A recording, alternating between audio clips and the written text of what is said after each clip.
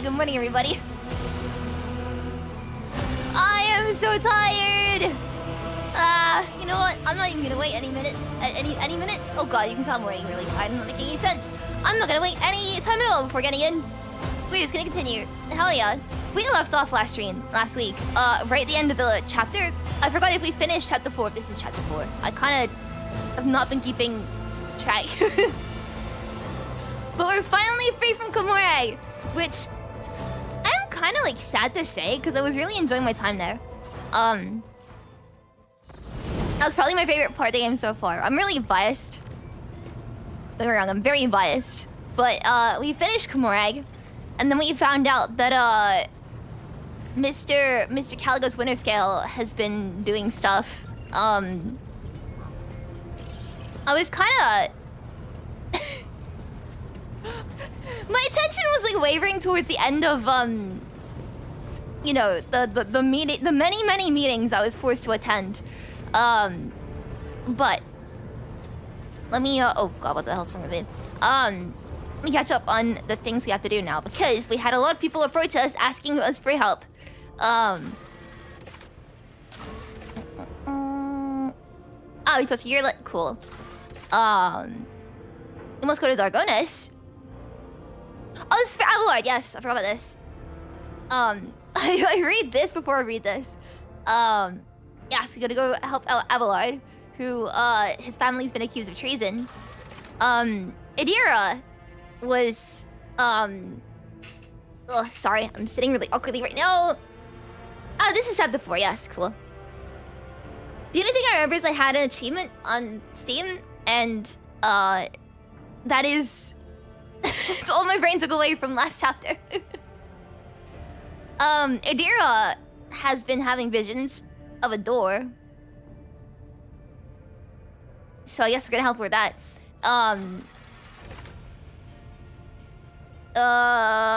We need to meet with Lord Inquisitor Calcazar.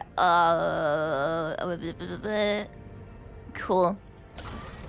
And then here's the one I remember.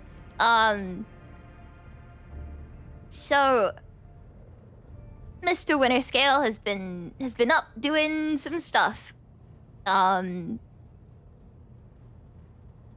could help out the Aldari, right? We could I feel like I couldn't not help them out. So I will make a choice right now.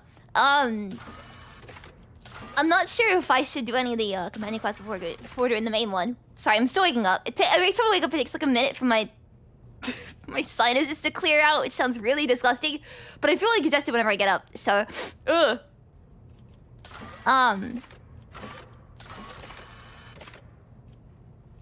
there's this as well. Helping out Heinrichs.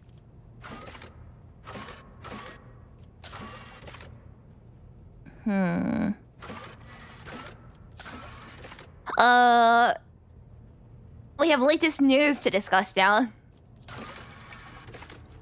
a lot of contracts, I see. A lot of stuff that needs our attention.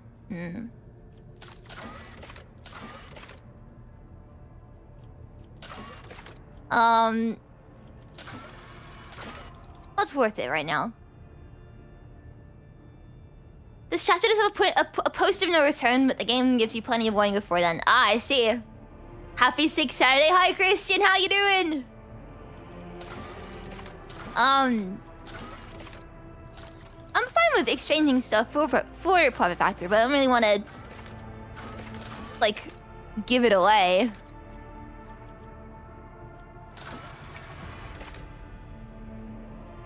Not giving weapons. I can't do that. No. No.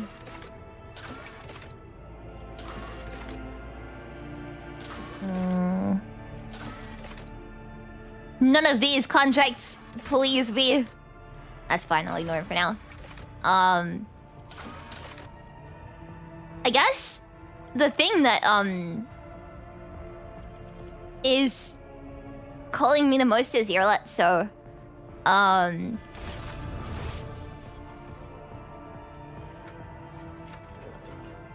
there she is. She is really far away from everyone, right?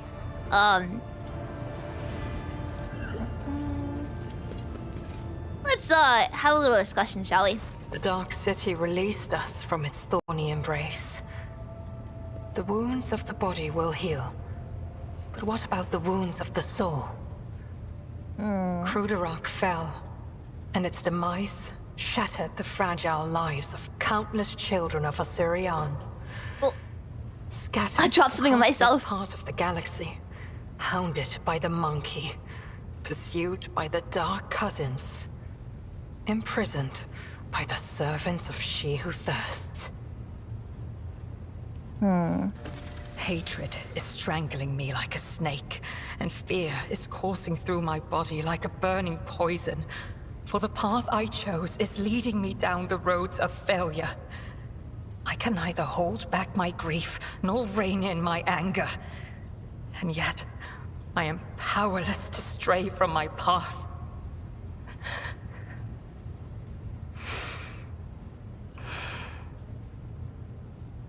Pay no heed to my fleeting wrath, Alantark. When the will slips away, the soul trembles with rampant emotions. But I will resign my heart to meekness, for there is no other way a marked outcast can help their fellow Eldari wandering in the dark. Are you alright first? Is the best thing to ask? I found myself in the Dark City after following the twisted roads of truth and lies. And although the truth blossomed like an ugly bud and scratched my soul with its thorns, I did find the answers to my questions. Those who come back from the dark of the webway will never be the same. But it is we who change while the surrounding world remains imminent. This thought gives me strength. I'm sorry your world is lost. I have no need for your sympathy, Alantark. Besides, neither I feel so bad for her. Dark Kin found the decaying remnants of Commorragh. Perhaps all is not lost. Perhaps we may yet bring back what has been taken. What happened to the CEO now? Clendil chose to stay on the Lilithon together with Muaran and the rest Oh, of is that our how you kinsmen. pronounce it? Perhaps it is for the best. The stars How was I in this pronouncing part of it? the Not like galaxy that, but- are hostile to the children of Osirian.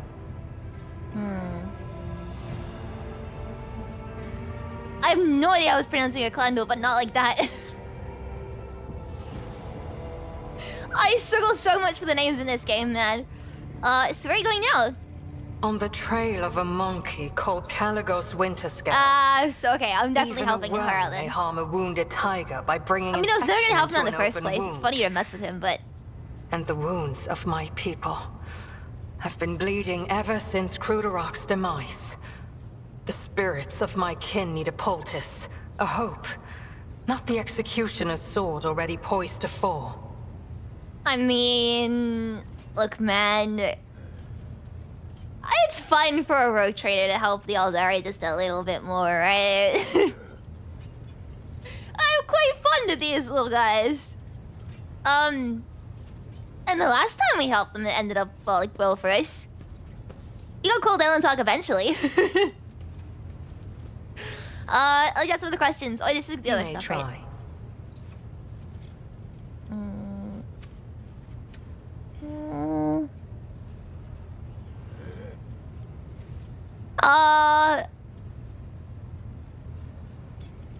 Never mind.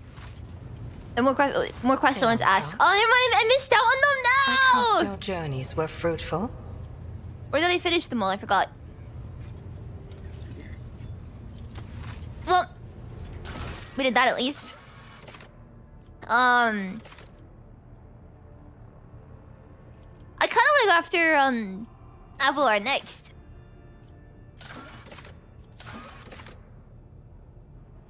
Idea is this kind of like if you come across it, you can do it. I think we go after Abelard stuff next.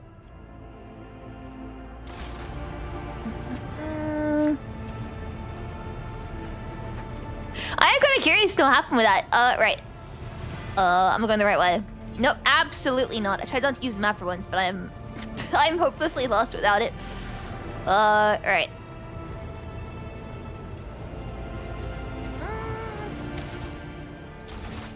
I could also spend a few minutes leveling as well.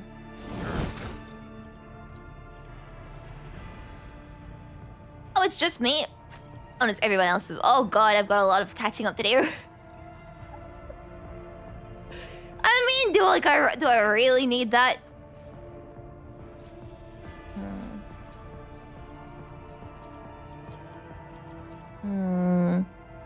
Wasn't Gabba's family accused of something last time? Yeah, they were accused of, is treason the right word? And he was like, well, I really hope it's not the case, but they need a trial. Can you, like, come here and just see what's going on? I was thinking last night about how, when it comes to this game's combat, like, I've barely scratched the surface. Nor am I really, like, trying to go deep into it. But I'm still having the time of my life. It feels like I'm standing in a kiddie pool with the water up to my ankles and I'm going like, yeah, this is what I'm talking about, baby! Because even though I'm, like, doing the bare minimum and playing on easy mode, I'm still just, like, having a great time with it. Do I even do any mental damage?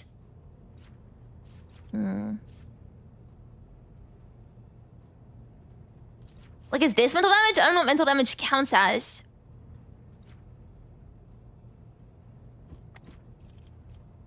And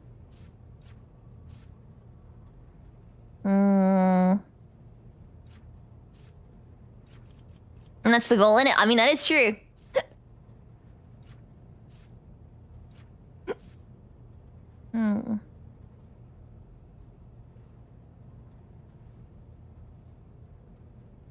I mean, this is decent, right?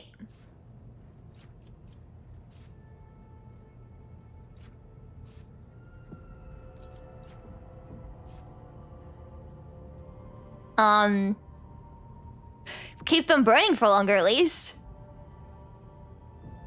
Okay, it's like my Doris and stuff? I believe so. This one needs to get to 39 before I can unlock it.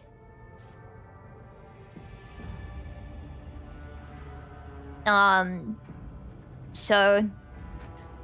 I'm not sure what I'm at right now. Oh. But I'm not even at, 37... 34 yet. I want to say 37.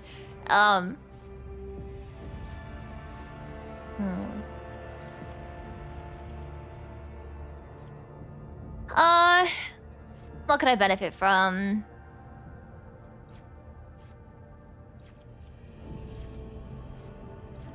I don't think I really need any of these, to be honest. That said, nobody is particularly high in perception. No, I mean, it's not like I'm gonna...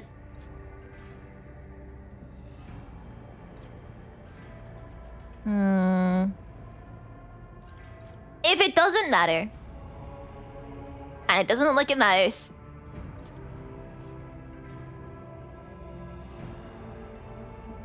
I mean, guessing range weapons just straight up don't include staffs, right? Agility, good dodges? Okay, cool. I'll do agility then. I'm surprised I have like 40 in the first place because... No. I am not a very agile person. Oh wait, now I can get it. What the?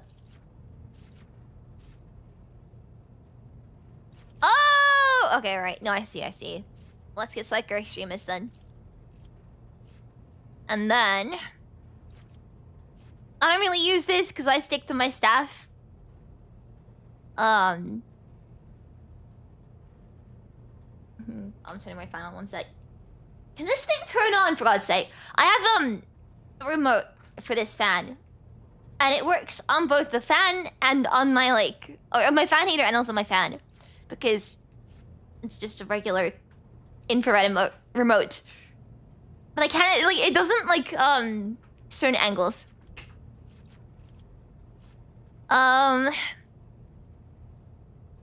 Additional damage equal to missing wounds.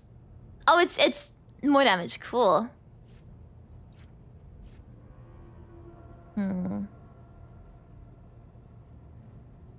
Realistically, I'm never gonna use this. Or this, or care about. You know, let's just do more damage. Oh my god, I love more damage. That's great. Let's just do more damage. So let's just fire. Yes. I like me a good fire staff. I think my priority is gonna be probably yeah.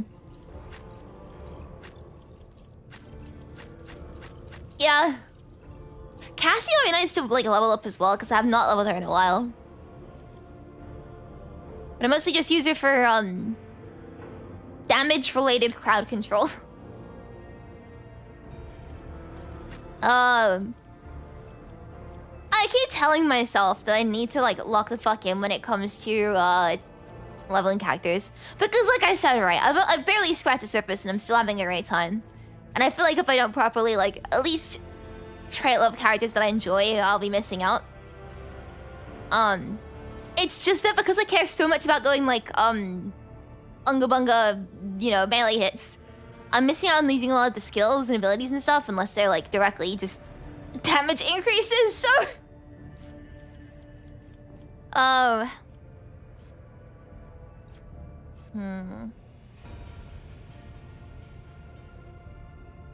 Because like I don't think I've ever used Unyielding Guard. I use the one that gives you like infinite turns. Or infinite melee.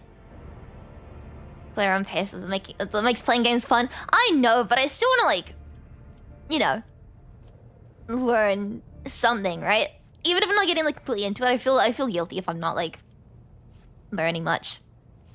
I think in the past as well, I was really afraid of making mistakes because I didn't know what I wanted out of combat yet. And a lot of the terms are overwhelming and stuff. Like now, I'm sure he's very meta, but I know that I don't really care about his skills. I'm just kind of like, well, cannot die sounds pretty good to me. And if it ever comes to it, and I want to change, like I really want to change, I can just respec with a mod or something if I feel like I might want to get into it better. But I'm glad I've like gotten past the fear of like irreversibly fucking up my characters by picking the wrong skills. Like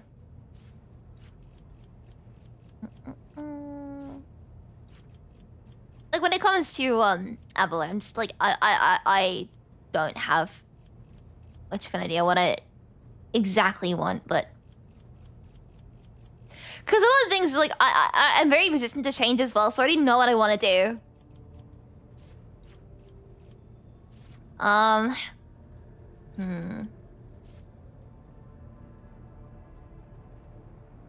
not gonna get your discriminatory skill, Avalard. Why would I do that? No, I'm not getting these skills.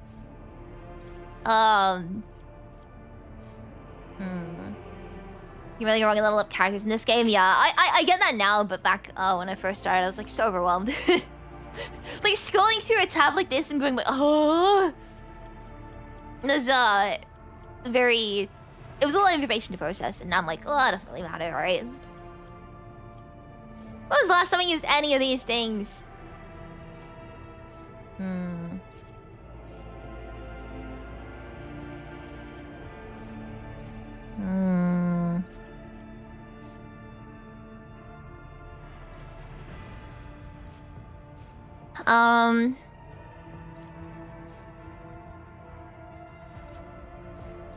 Okay, right. How does priority targeting work again?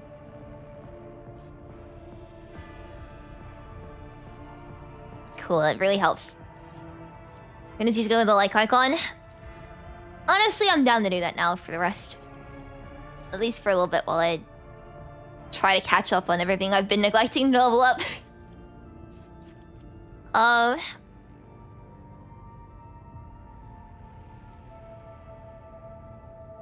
See, there's a lot of focus around priority targets and stuff.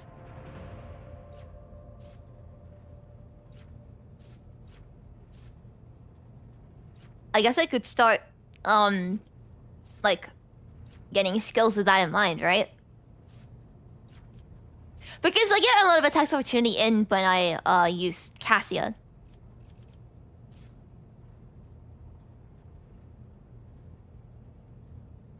Hmm.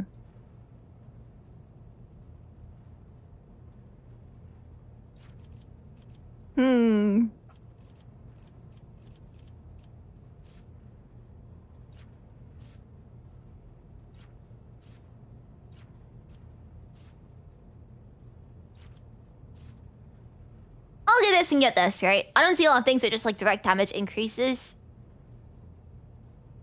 So I'll just get this and I'll get this next.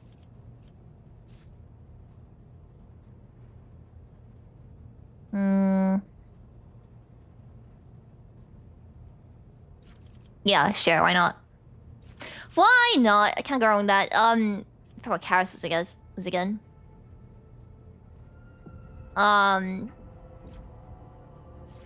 Resist negative effects. Does Cassie have Limitless Stare? That's a good question. I can check at the end of this. Karis is the good one to get for him, right?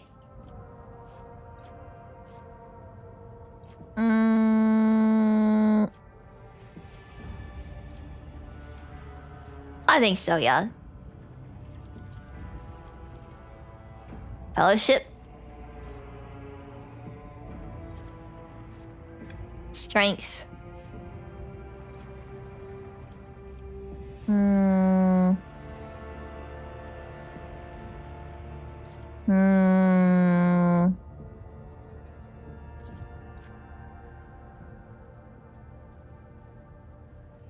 I mean, I guess we'll do strength then. Sure. How many? I have to go to here? Oh my god, there's so much to catch up on. Right. I thought we were gonna end like around here-ish.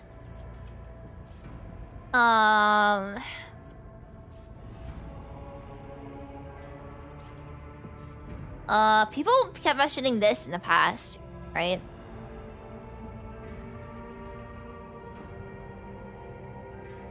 The reason why I haven't gotten into past is because I usually tend to kind of have Abelard by himself, but you know what? That's fine.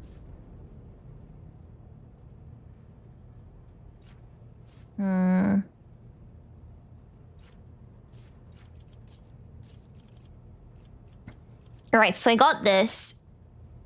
So now we have priority target.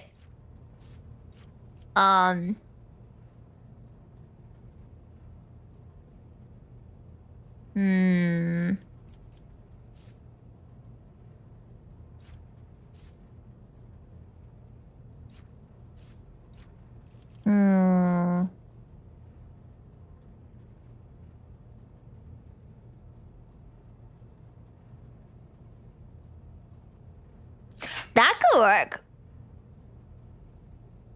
If I use Cassia to get them away from Abelard, and Abelard hits them, and they come back to attack Abelard, now they're now Abelard's a priority target. He just attacks them again.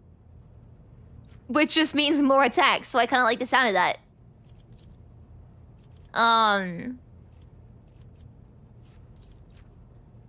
Let's say strength. Yes, cool. I'm gonna start giving Abelard a ton of strength because I said so. Ammo Cross again. Yeah. And then, look at me actually reading. Whoa, you guys proud of me? I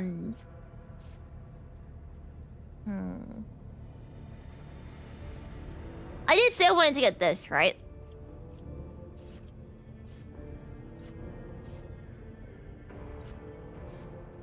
A Bowl of Rocky as a buff for that, right?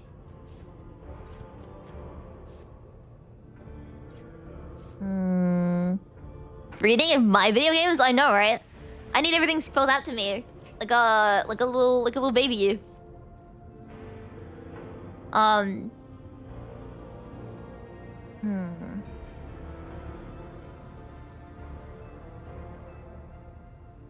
be using this ability a ton.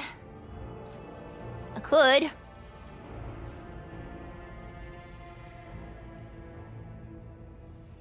Ah, I'll get more parry, why not?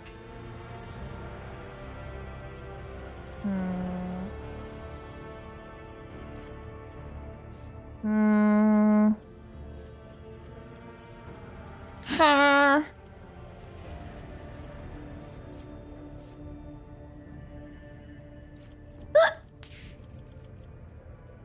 I don't see anything necessarily in here that I'm particularly interested in, but I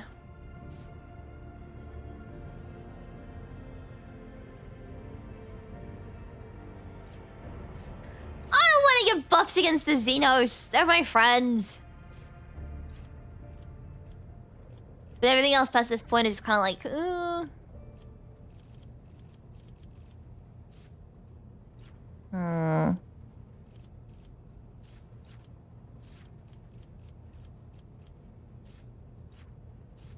What should I get? Heresy? I can have a little bit of heresy as a treat. I'm a rogue trader, I'm allowed this. I have a piece of paper saying I'm allowed a little bit of heresy. Okay? I forgot what's the one I usually go into for Abelard. Toughness.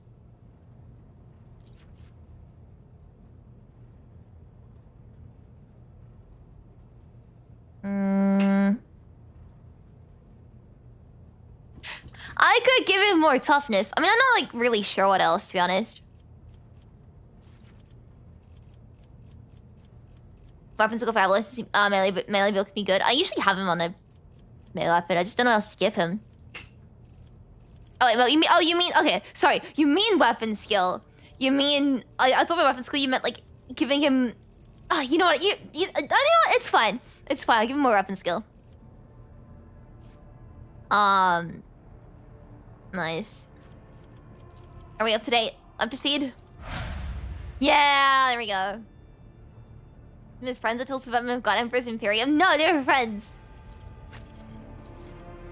And I'm allowed to say that because I have the piece of paper saying... I love my Xenos, okay? I'll check something real quick.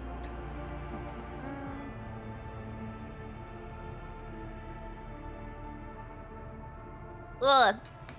I just brushed my teeth before the stream, and that's it. Certainly a taste. Frustrating Inquisitor noises. Shush. This is why we don't ask. This is why we're not gonna tell Heinrichs, okay?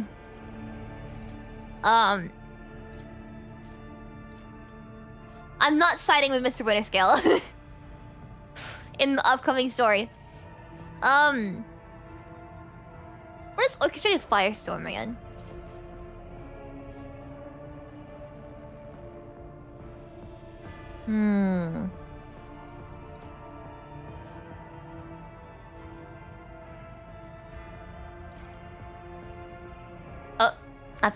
Oh, that's not working anymore.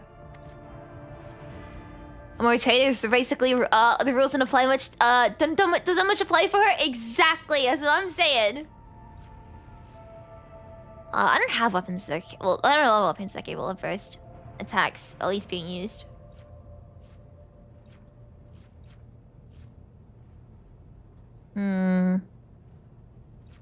I mean, 2 attacks is double the attacks, right?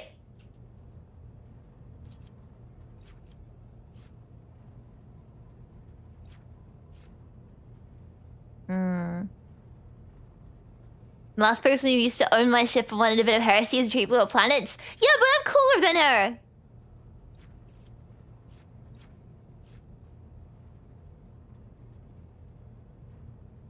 I'm way cooler than her. We can use it multiple times for combat. I haven't really used it once.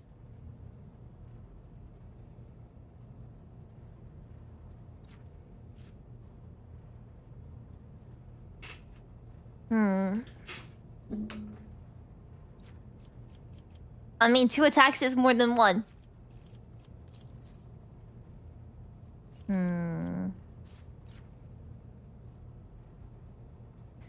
Let's Somebody got me above planet for non-hair season back chapter 1.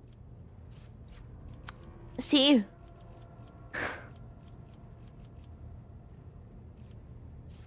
I mean, we had the chance to actually like blow up a planet, right? Or not blow up a planet, but like kind of purge the planet.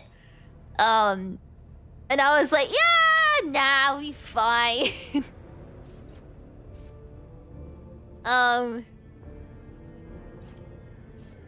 This is where I'm gonna have to like go over everything I built for Cassia so far, because I'm like, huh?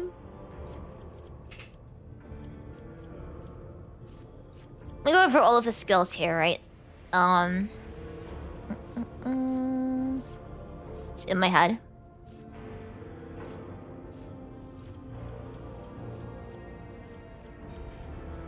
Oh. And this is the case? Can I tell?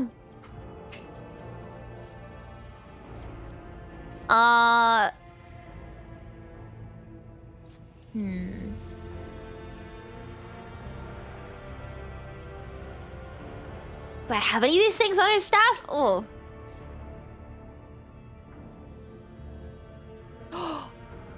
Oh.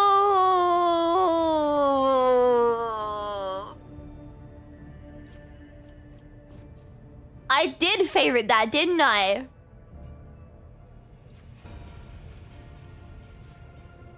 Well, isn't that a good skill?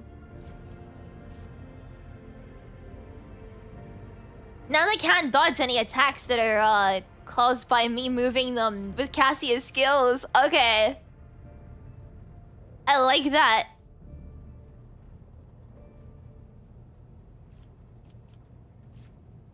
Let's go on persuasion as well.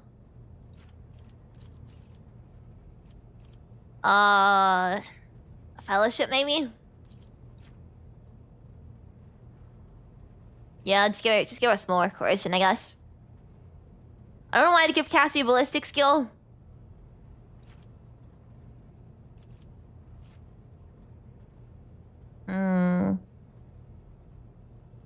Javelin stare. I can check. Unblinking stare. What would Linless stare be?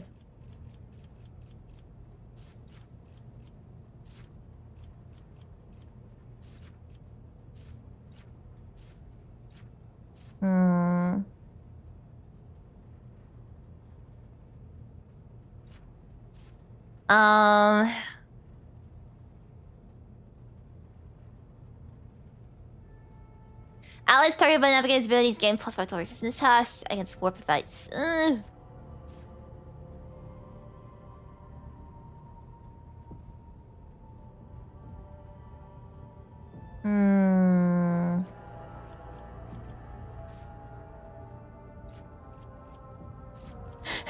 gonna have almost all of these anyway. I might as well just keep it, right? I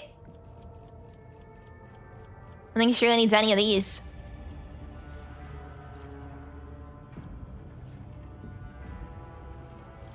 I didn't really move her much. It's not like I can give her extra movement points, but anyway.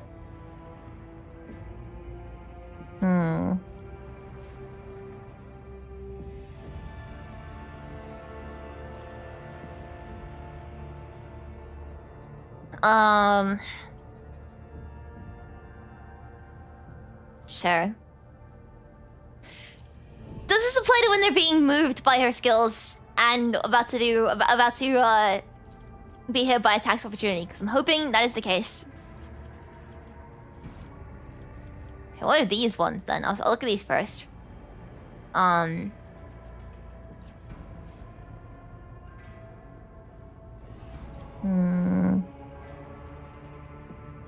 Soulburn.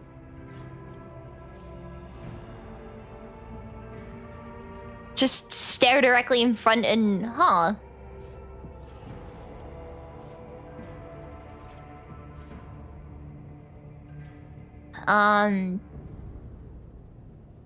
Tides immobilized.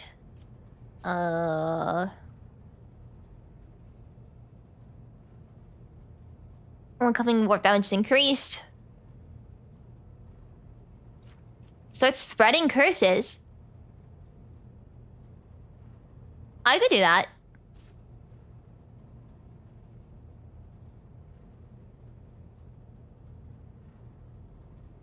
Oh no, Zone of Fear is the opposite. That's like moving people away from someone. That could also get us an attack opportunity. I kind of like that then. But this curse one, I think I'm gonna keep for now. Because I like the sound of this. It's just increasing damage. Anyway.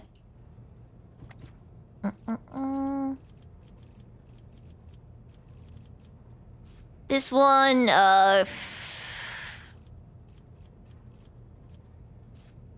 it's fine.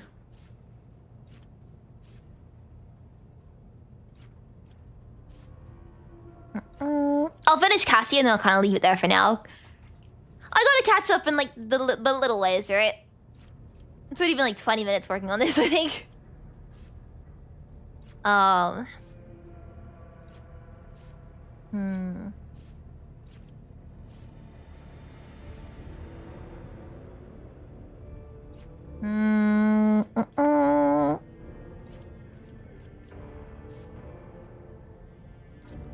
do I see my perception?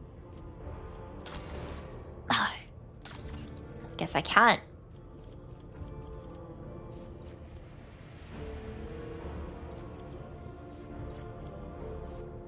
As persuasion, how do I see my perception?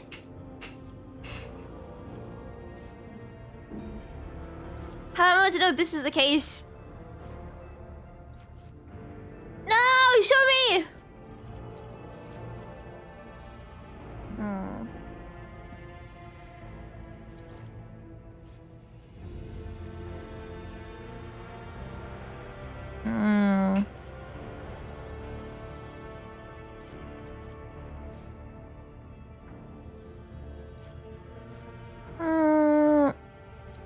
Sure, why not?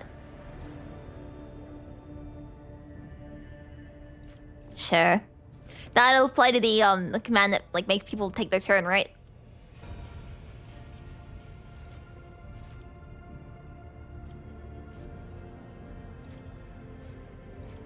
I mean, the perception is kind of low, but I guess I could increase it. Because she is meant to be the highest on perception, I think, and she's kind of slacking in that regard. And more persuasion! Yes! Look at that. She's so persuasive. Like, this is even... Soon she'll be double Jai's perception. Persuasion! Not perception. My bad, sorry.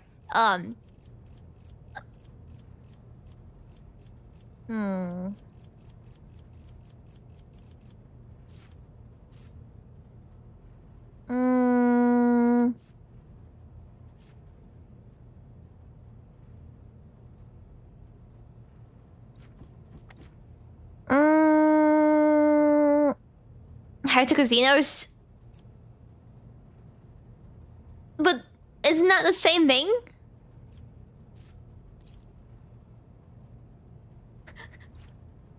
What are you asking? I like the Xenos, so I guess it makes me a heretic. I'll just go with swift movements, why not? Just in case she gets herself into something sticky and needs to be... and it needs to leave. Perception! And then... realistically, I don't care about it. I'm just taking all of these skills, man.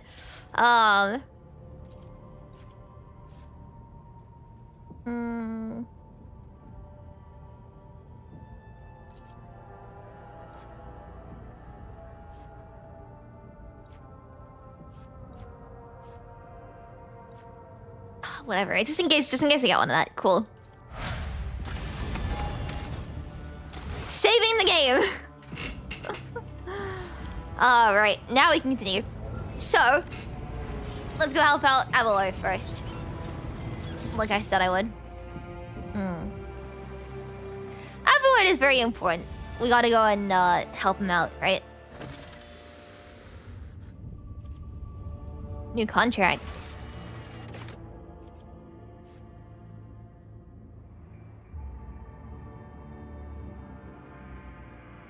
I mean... That could be good for Marjai, right?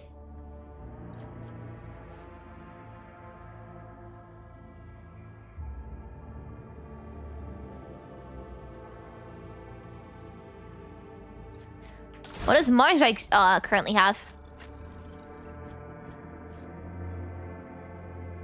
It has toxin though.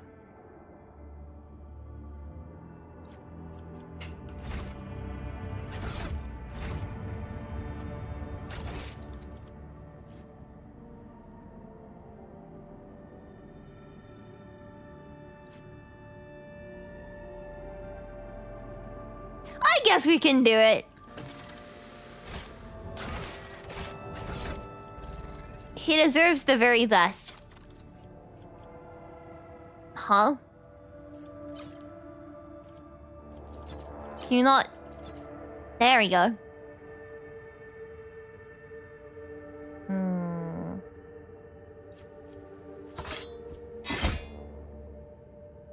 Oh, wait, that's a backup sword?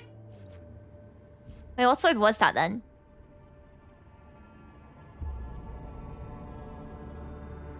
Wait, is this the same sword anyway?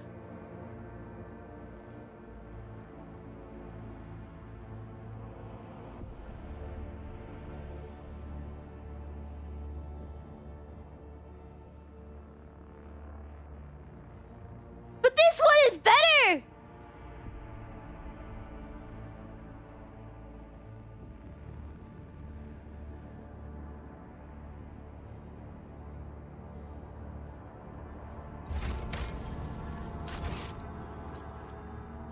I shouldn't have taken that deal.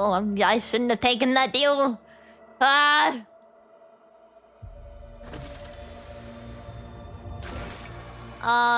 There's effects. It read basically the same to me, if not the one that Marjai had being better than that.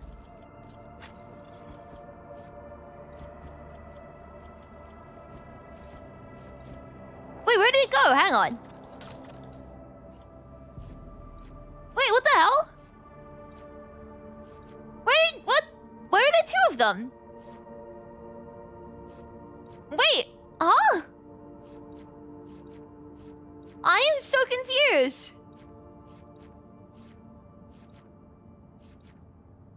Where's the Yrliet blade? What?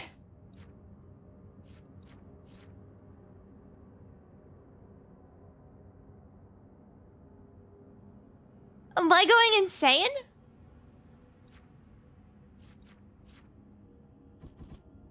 We had the blade of Yrliet. But now it's not there anymore.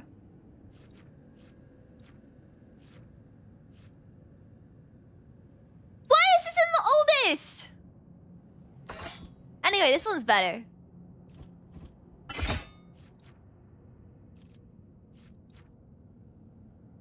Where'd the other weapon go? Oh, where was the last one that he had? What is he just... What?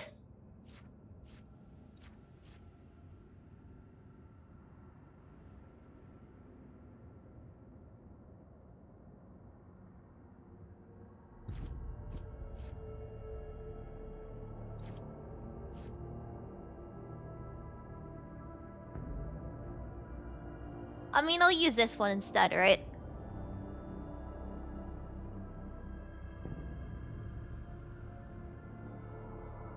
Oh, I need to have people bleeding first.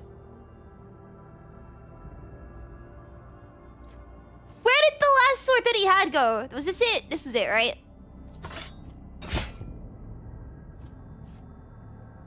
There we go. Or should I swap these around?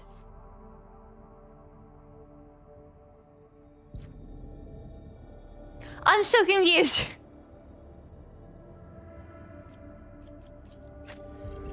Oh.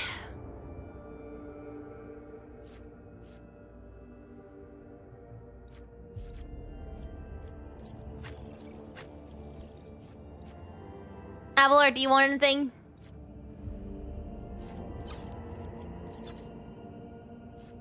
You have so many, like, trash weapons, I can't tell what's good and what isn't.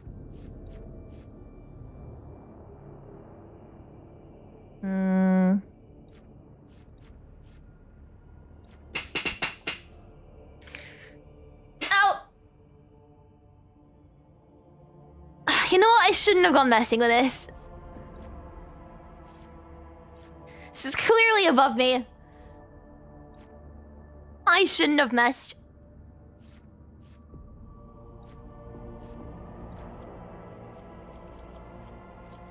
I'll leave it at this.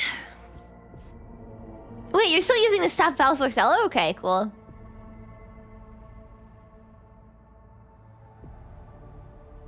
Can I sort by different weapons? Like for staffs, for example?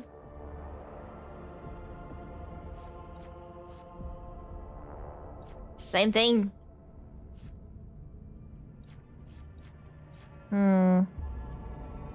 Well. Cool. Let's go. Was it? Dargonus.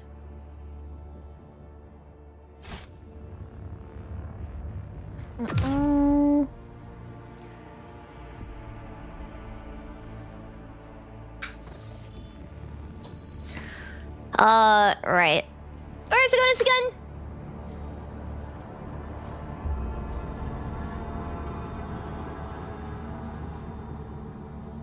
Yeah, stuff here. Cool. Look, Captain, there's an emergency officer's deck. Oh, wait, his voice is quaking slightly. Numerous victims, loss of communication. The voids and report or voices filled in the compartments. This is not a board breach. This is Xenos who took aboard Janus. He's gone mad and went on a rampage. Not you too, Marshai! I have two fairly reliable witness accounts. According to one, Xenos suddenly slaughtered the crew members, gutting them seemingly at random. The other claims that they're survivors who barricaded themselves in the adjacent compartments. The voices managed to isolate the raving Xenos in a dead end, but they've been unable to pacify him so far. Such as the consequences of ill-considered actions borne out the path of faith, the God Emperor's laws. Shut up, Argentina! Who asked you? I'm ready to stop the accursed Xenos rampage, personally repay every life he's taken. Why am I not surprised? Hymex's voice is oozing with poison. Rogue Trader, we cannot bring back your subjects, but I will gladly aid you in disposing of the rabid creature before it involves even more people. Nah, it's a necessary sacrifice. We're fine with it. Ellen talk. I know the reason behind Marshai's madness is. Please let us accompany to the compartment. I will help you do the dark one.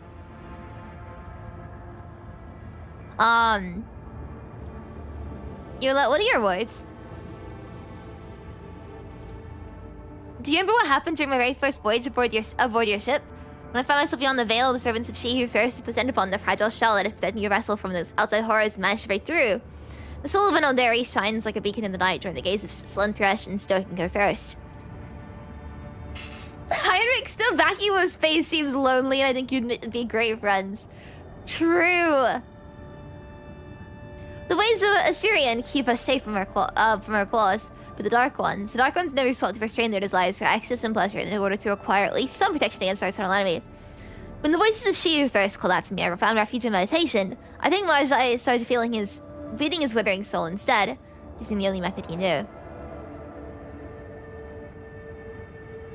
Well, I'm gonna go and see what he's up to. The squad of forces who blocked the Xenos in the hidden corridors waiting at the deck. I beg you to be careful, or Captain, and may the God Emperor watch over you.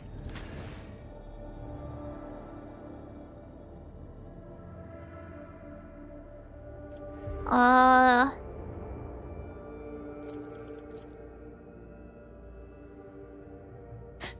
don't know if I should bring Heinrichs for this.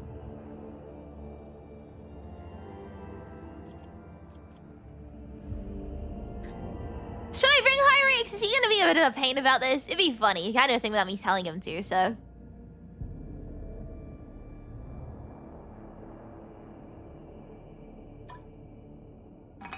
I just put one on myself as well.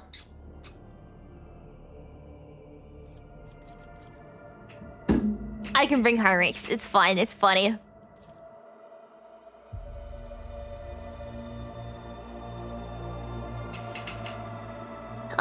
Right.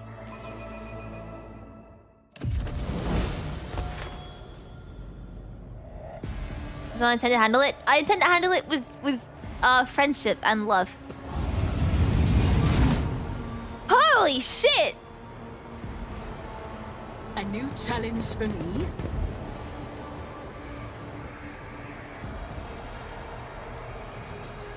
Open the door before he gets me.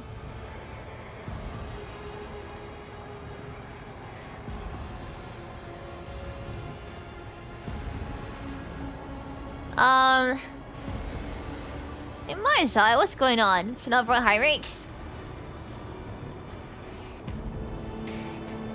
Oh fuck, okay, was it like his offer to basically... Oh, should I reload then?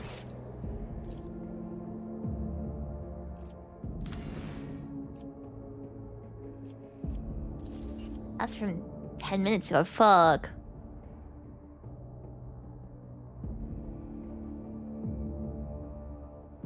But I brought Yrliet as well, right? Can I not like choose to have Yrliet help instead? Follow my lead. Just joking. Oh, okay. I was worried that I fucked up by bringing them then, based on the dialogue choices. Oh, look, and look at the bodies of my dead crewmates. I'm always worried I'm gonna accidentally like upset Marjai or something, right? So I'm glad that that's not the case. Oh, hi. Well, I guess I know where we're gonna go then.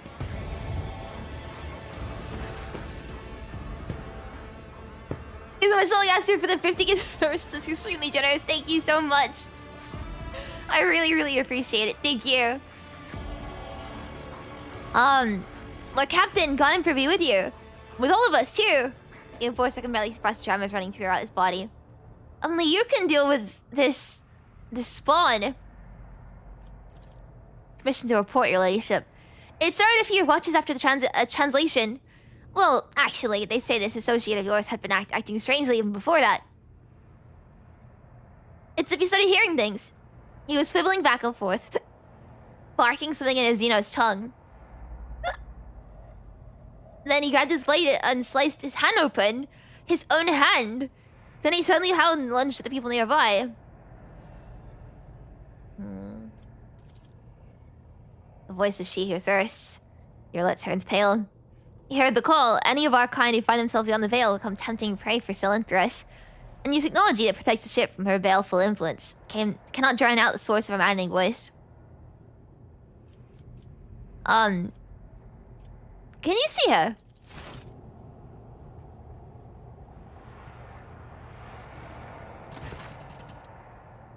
The officer looks behind him, glancing the deck, and turns to you with an alarmed expression.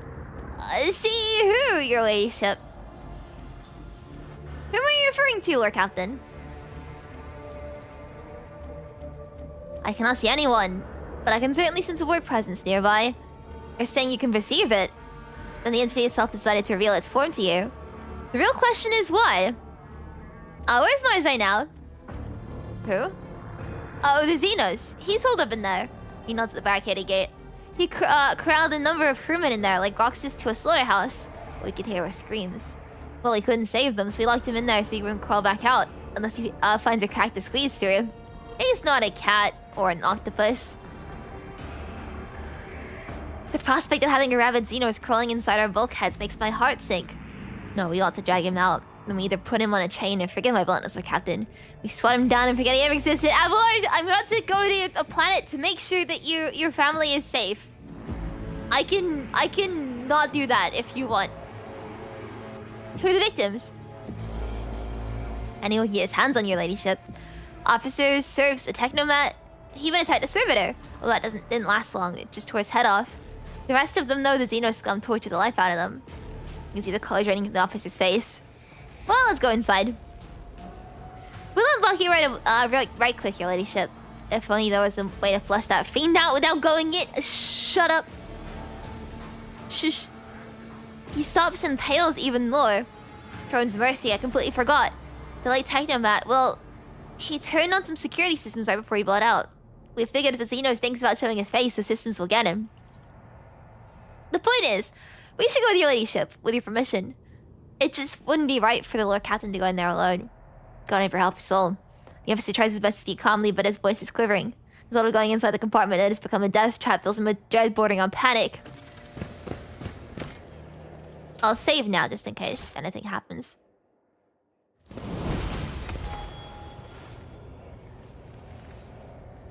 Victory awaits! Who is this? Is it the ruler of this vessel and the mistress of the lost child? Come closer. Let me get a good look at you. Friend.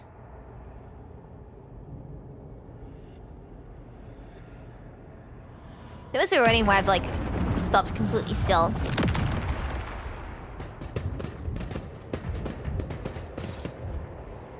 I can hear the beating of his heart, the roaring blood in his veins, the pulsating fear in his black soul.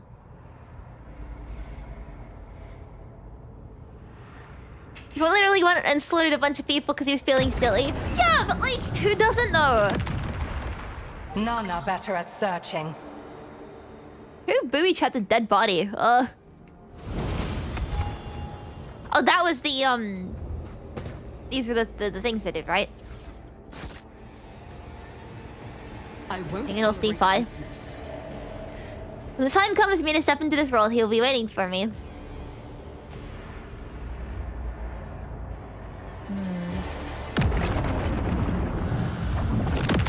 Keep a sharp eye. Is it wargled or a trap? Oh my god, what is going on right now? The songs Here's of the my best at disarming ancestors stuff. speak Of course, it's stars Yrliet, long right? forgotten, and worlds long gone. What a shame that you lack the capacity to understand even a single note. Kind of like I a... have traveled far. Why darker is there so paths. much of this I right align my now? path with yours, for now. I sense something nearby.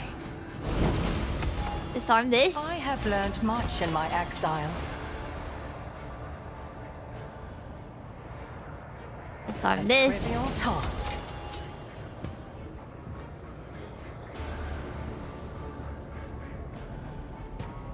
My success was Disarm this. inevitable.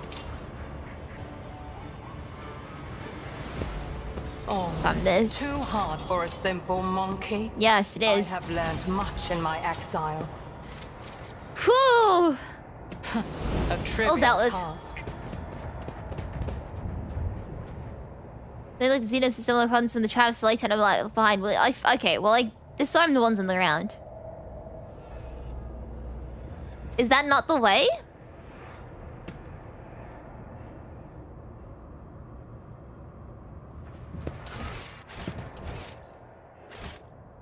Am I at the wrong end of this? To go back the other way that I came.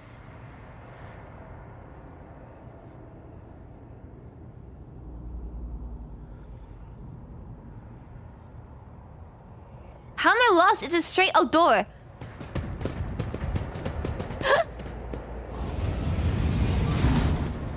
He's like, how am I lost, man? It's a straight Lay line. claim Watch to the your stars. steps. Was that supposed to be a challenge? Hi there again. I have come because the prince wills it. The souls of all his progenitors belong to him alone. None will escape his embrace. Let's trust the enemy, not us. Yeah, I think so. But I disarmed them all, though. Look, someone's gonna forget one. Keep a sharp eye. And then one of, like, my crew's gonna go for breakfast tomorrow and, like, get out of bed and end up in pieces. Centuries of service and practice. It's about time. Marjai, are you good? Are you good? Uh-oh. Marjai takes his head up when you appear. His already gaunt face is tightly wrapped in pale gray, parchment-like skin. His teeth... Oh, pale gray parchment-like skin. His teeth are bare feverishly, and his dark eyes have turned into two pitch-black mirrors that could show your reflection clearly if you were to gaze into them. He opens his mouth, but instead of words, and a natural rasping hiss comes out. This creature possessed intelligence, there's no sign of it left. At last, the resonant voice that has followed you on your journey through the dark, that sounds like it's coming from every direction, chilling you to the bone. At last we meet, my poor child. Look at him, mortal. Look how he yearns to return to the one whose caress his kind rejects so stubbornly. Come, child, follow my voice, and my prince will grant you all the bliss and torment in this universe. This ends now. Jaime thrusts his weapon and the around him goes colder. We're putting the rabbit beast down for good. No, we're not. He Yrliet explains something in the Aldari language. The elucidator fails to post a rapid and elaborate speech. While waiting for Marjai's response, she turns to you. My Darkin has lost himself in the fight against the pool of Shiyu thirsts. Allow me on talk. Whoever great differences are, however dissolute and depraved the dark ways may be, I cannot blind my eyes and let sullen thirst take him. The warp spawn laughs musically. Sooner or later, all this kind will step into my embrace. The prince is patient. The prince knows that every Aldari soul is already his. The demonette's voice suddenly forces itself inside your mind. But if you let me get close to the lost child, if you allow him into letting his guard down, my prince will reward you. The soul of this pathetic Xenos is a small price to pay for the blessings that come in Master's favor.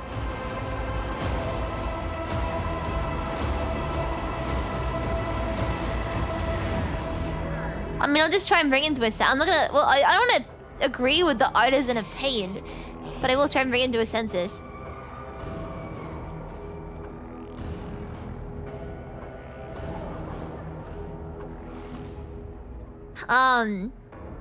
The Drakari stares at you without blinking, teeth still bared, his frenzied expression frozen like a mask. You hear hissing again, this time lower and angrier than before. Push one of the enforcers forward! Look, Marjai, I've brought you somebody!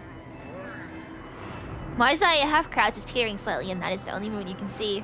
His body language shows that he's ready to attack, as do the bloodstained blades he's holding. Marjai, can you hear me? Let's talk. Your confident voice reverberates through the metal room. The Drakari blinks, then blinks again. The mirror-like surface of his eyes seems to ripple as if something else is beginning to surface apart from the soul's reflection. Something vaguely resembling awareness.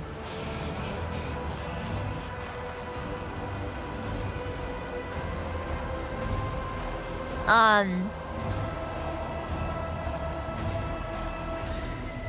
many did... Yeah, let's be like, yeah, you've gone through worse. You look closely at him again. The Xenos is turning his head back and forth, surveying the room, but still watching you. His muscles are no longer cramped and stiff in a stiff battle stance, but his face still wears a twisted expression that can either be interpreted as a wild frenzy or terror. How many disjunctions did you survive in Commorragh, Marjai? You were powerless as long as you refused to let it take hold of you. Master yourself. Use the Yrliet? I could as well. I guess I'll do this first and then I want to do it myself, and then if it fails, I'll ask Yrliet. Your words appear to have reached Marjai's mind. He shakes his head and closes his eyes, then you watch him take a deep breath and relax his shoulders ever so slightly. The laughing in your head turns feral. Why are you confusing and tricking the lost child? The end is decided, the end is inevitable.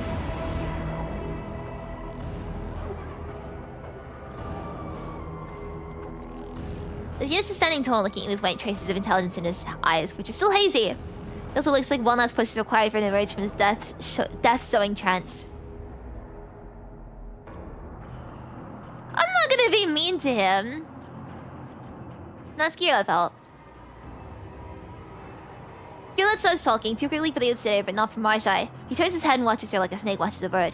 Yrliet takes a step, then another. You hear new inflections in her voice, melodious, almost calming.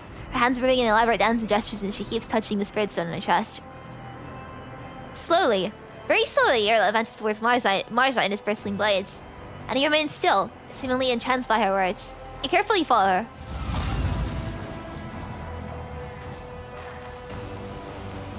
The air behind Marjai ripples, and you watch the demonette's faintly visible silhouette bleeds out of thin air. The horrible mouth is staring triumphantly. The large pincer is raising higher and higher. Marjai, behind you! The demonette brings her pincer down on Marjai's head and clangs against the raised blade. Yes! Marjai crouches and shoves the shaking weapon away from himself. No. No, you're mine, Marjai. You're mine. No, he's mine!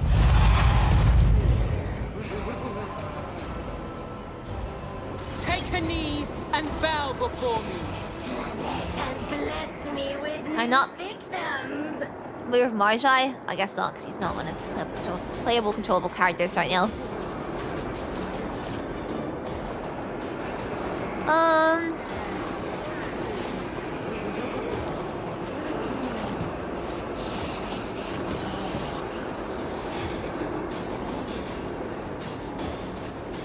Let's put Cassia here.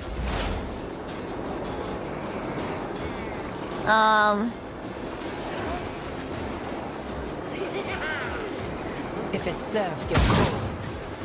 I am unsatisfied. This This maybe. helium is beneath me.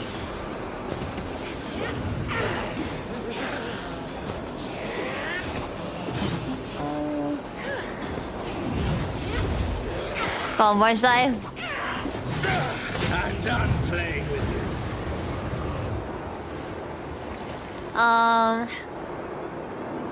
Can we pull him into range? I prefer painted black. So things in ecstasy. And then I'm gonna move him away. Saboard attacks them, yeah!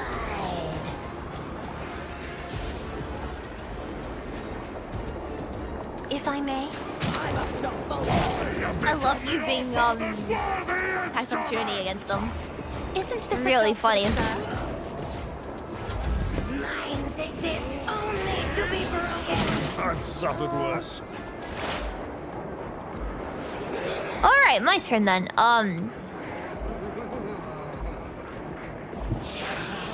Maj, I got your back, don't even worry about it, man. Don't even worry about it, man. Has been lost.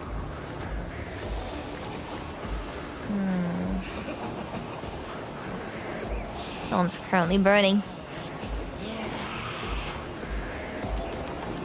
Oh, you're the one that was going after Marzai. Well, in that case, I'm just gonna use this on you then. Fear incarnate.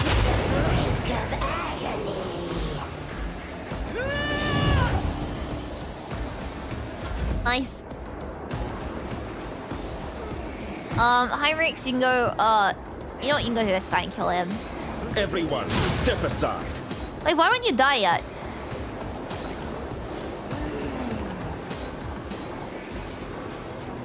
Alas, no. Shut up, Heinrichs.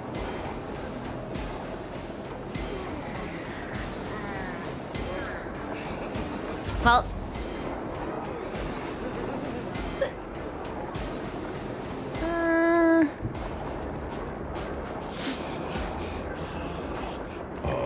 Attack this person. Kick him down. Okay, so we can't kill our guys that have been corrupted.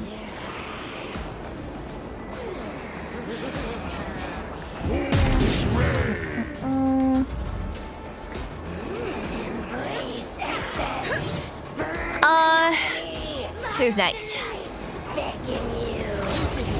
Oh, Marsite.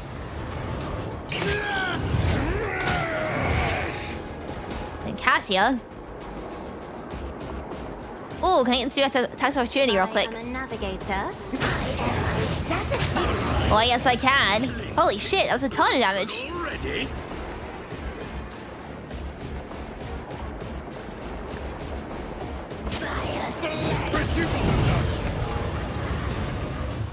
Nice. Marsai turns to you, looking the same as ever. With the exception that you can see his grayish blue veins through his parchment skin and something resembling terror in his eyes. They're gone. Gone, but still lurking at the threshold. Keeping watch. I can hear the whispers. How do I keep hearing them for days and days on end? You hear genuine confusion in his voice. You'll hear these whispers every time the void vessel travels beyond the veil. Learn to accept this. Find anger for such times. Or lose yourself. Maja looks at Yrliet. It's a barely noticeable shift in his expression. The entire time you've been here. Asked Dargon this entire time.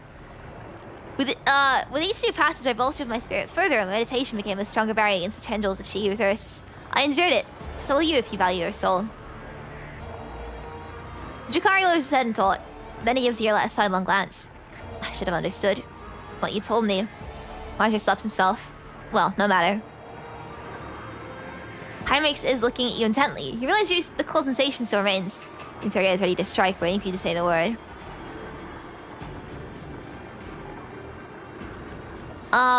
No, why do you any of this? Isaiah, you sure you regain your senses? I never... Martin gnashes his teeth. Wait, what? I don't want to say any of this stuff.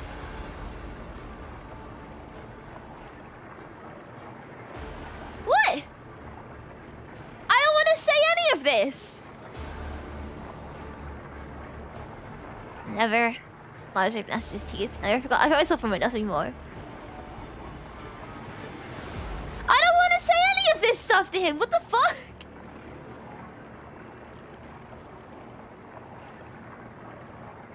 Is that not like really bad to say?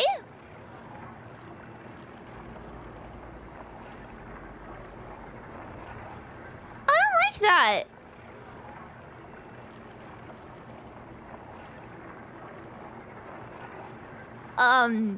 Is that not gonna like affect him liking us? Because Barry's just really mean to him now. Hang on. Did I fuck up by bringing Heinrichs?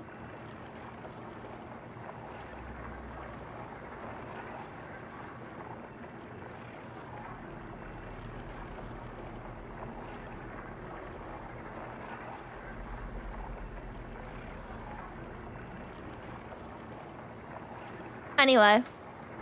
You're a kind step behind, so beyond the veil with nothing but your cruising allergies and prayers to a deaf god, and you expect those such as I to line such paltry protection for the terrors of she who thirsts.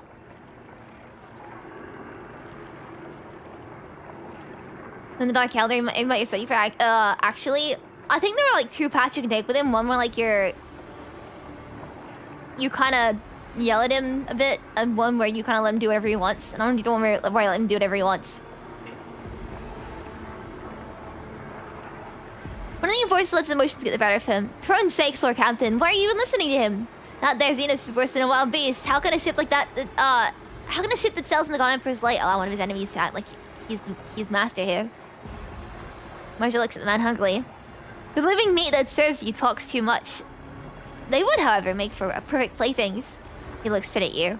I need strength in order to suffer through your Orpheus voyages beyond the veil. If I don't obtain a source of such sustenance, some thirst will only keep testing my limits.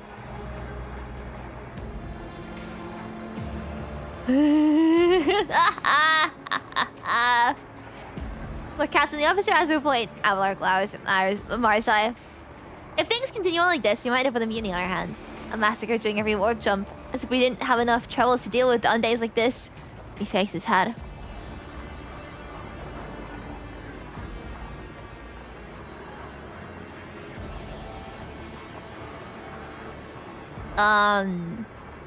Should I just let him go crazy and just kill whoever he wants?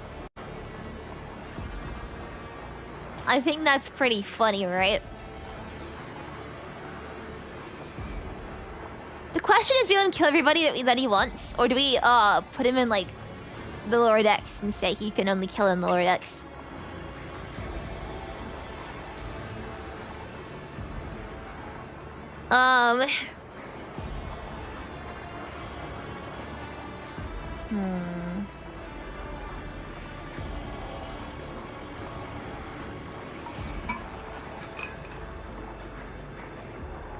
I feel like the second one is a bit too wishy-washy, you know, it's not committing to anything, and I don't half-ass things.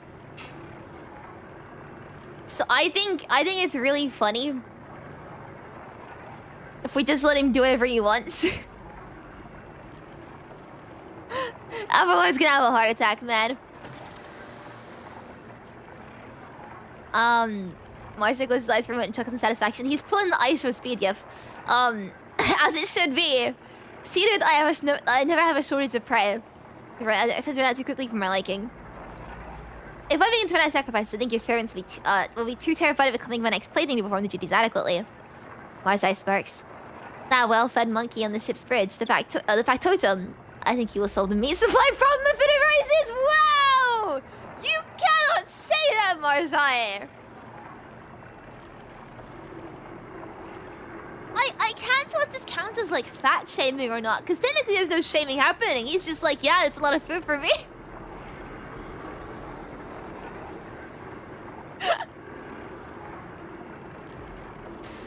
Your ladyship! The enforcer tries to object, but immediately shrinks and Marjai looks at him again.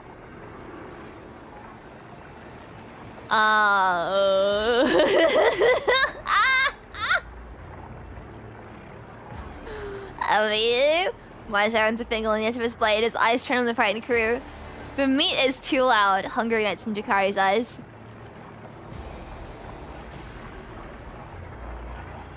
It's calorie counting? You cannot say that.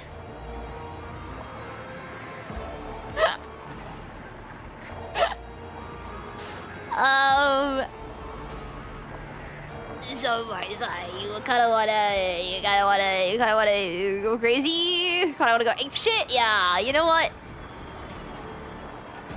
I would be a bad person if I did not let him have this.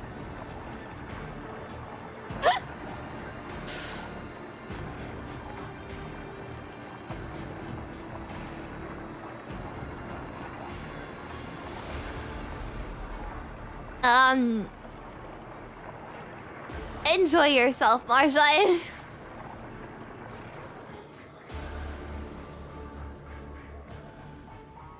No, somebody help! Oh damn, that sucks, man. I mean, I was gonna kill Manu during the fight, but like... Where's Marjai? I can't talk to him, sadly. Time to loot the bodies! I know Avalard is just like, oh, for God's sake, man. Oh.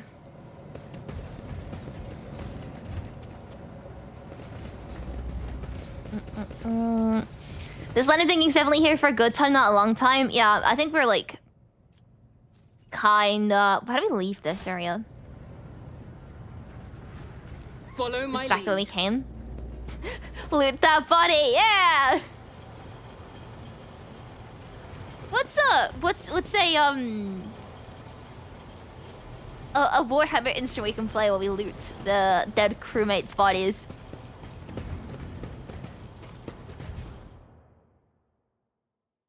At least people are surprised that a shrimp who wants to be given a freestyle lobotomy would choose to satisfy the torture elf. Freestyle lobotomy is certainly a phrase, isn't it? Yeah.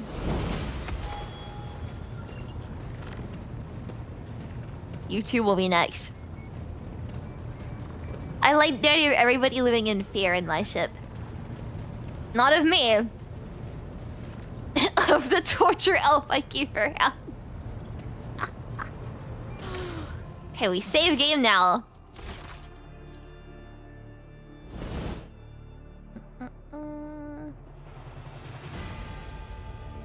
And now we're gonna go to Avalard's place. There goes some more crew. Everyone see aboard the void ship. A fantasy has pierced the veil of the battlefield and has spawned unimaginable beasts of unnatural hues. The boxes are picking up the crewmate scream. The crewman screams and more feels less than giggling.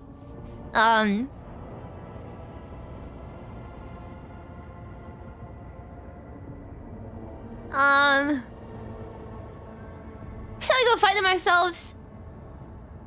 What's the current character? Dramatic, caretaker, iconoclast, or a mix? I am not sure. That's a good question. I've not been going down a single path. I've been kind of picking whatever options I personally vibe with. I think it started out as iconoclast, but as you know, more Xenos have been introduced, I'm kind of like doing a little bit of heresy as a treat. Should we go fight them ourselves? I wanna go fight them myself. Goodbye, Heinrichs. I think it's mostly been iconoclast. I think I might be locked into the iconoclast like thing now. I'm not sure. I can check, right?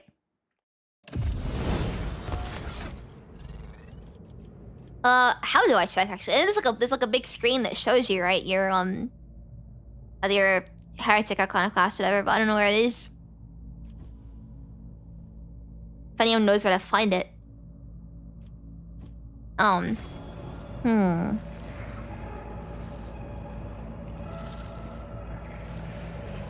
Is it level up screen?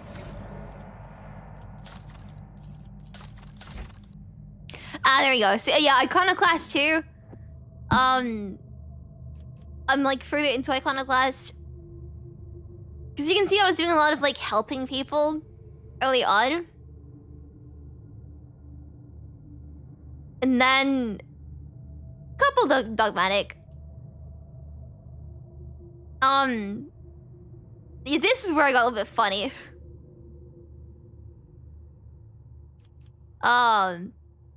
Wait, am I on the radical side?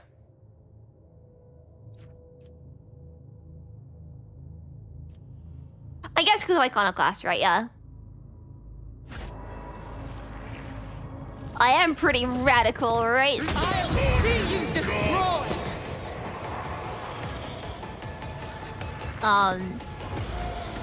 Guys, I'm so radical.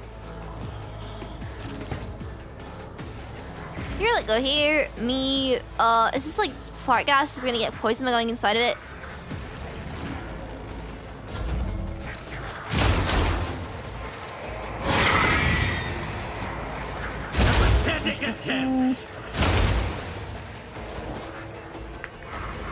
Why did I put Cassier on here? What is wrong with me? Oh, I'm mouse. It almost.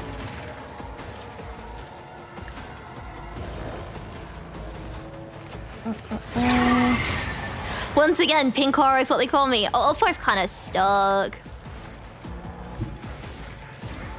Can I get through here? I don't think I can. Our foes Oh, I can. don't cowardice. None is better than a warrior Oh. of the All-Father. Well, you're too far away anyway. Oh, I should use rapid fire more. I forgot about that, yeah. I need too far away to kick, so... Instincts tell me to refuse. So it shall be. I will carve Nice. wounds out of your bones. Wild stuff. It's only a few guys. Not like a ton of guys, just a couple. Just one or two guys. That's not the Seneschal's job. Yes, it is. Alright, with some Marjai, we're gonna go.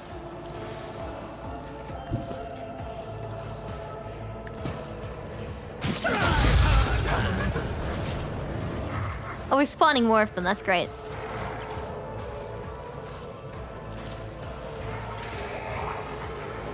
It is Henlo. Amazing. Anyway. Mark my path with ruin.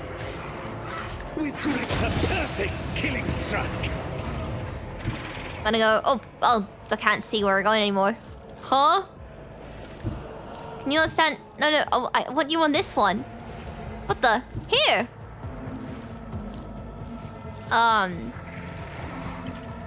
I yearn for agony. There we go.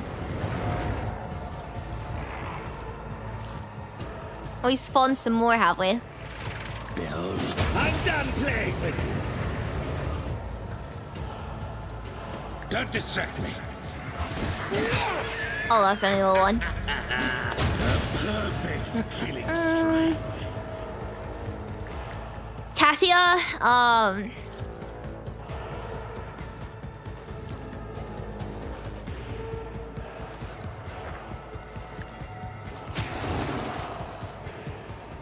Isn't this a job for the serfs? I don't know what to do with you now. Just keep like nudging you around the place.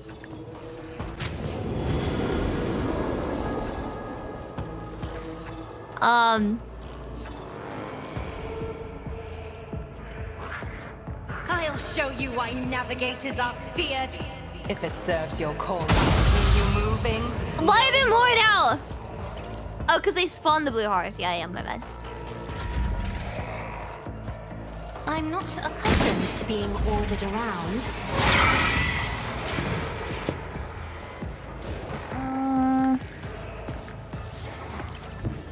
I'm gonna come up here.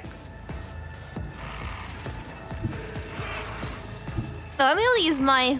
Oh. Yeah, because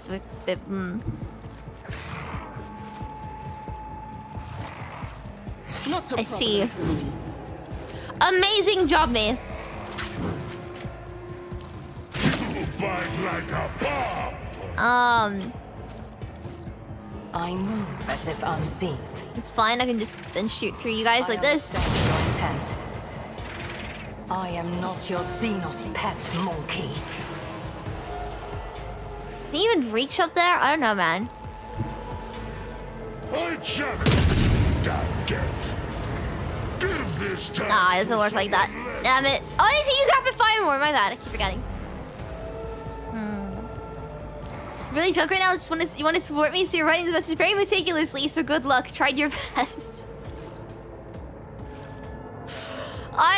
You know what? You did a pretty good job. That was very coherent. So thumbs up emoji.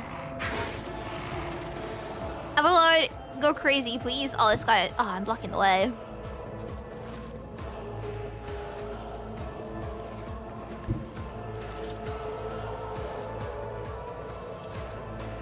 Why does it try to make him move like a chess piece sometimes? I'd rather not. Okay, well, shut up then. I hope you're doing well today. I'm doing pretty good. How are you doing? Slow and painful is the way. Cassia, can you shoot this guy? Even better, actually. Can you, If you insist, Lord Captain. Opposing me. Nice. Your biggest mistake.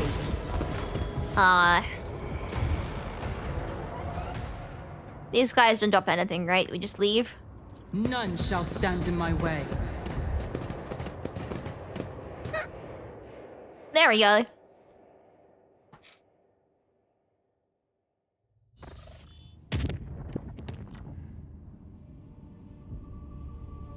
Oh god. My poor spine.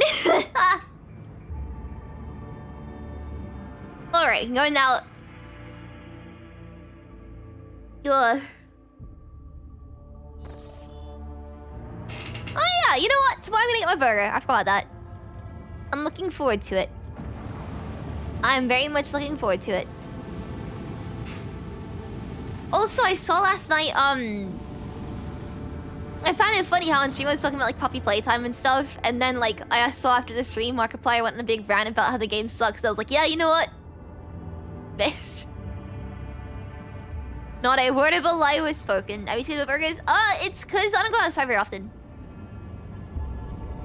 I only gone outside, like when I say go outside in this case, I went outside once to play in the snow. I went outside, once this week to go to the doctor. And, I haven't, like, that's all I've done this year. But I want to go outside with my mom to get a burger because, we wanted to do that for, like, about over a month now. And we just haven't had the chance.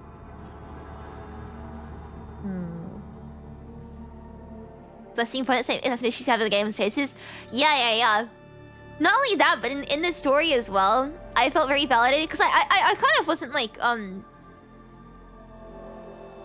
what's the word? Yesterday when I was like talking about the game and stuff, it wasn't like anything too deep, but it was Oh, ladies and gentlemen, please sit aside. No need to drive around, cut around. Go into drive sim, we'll take care of everything.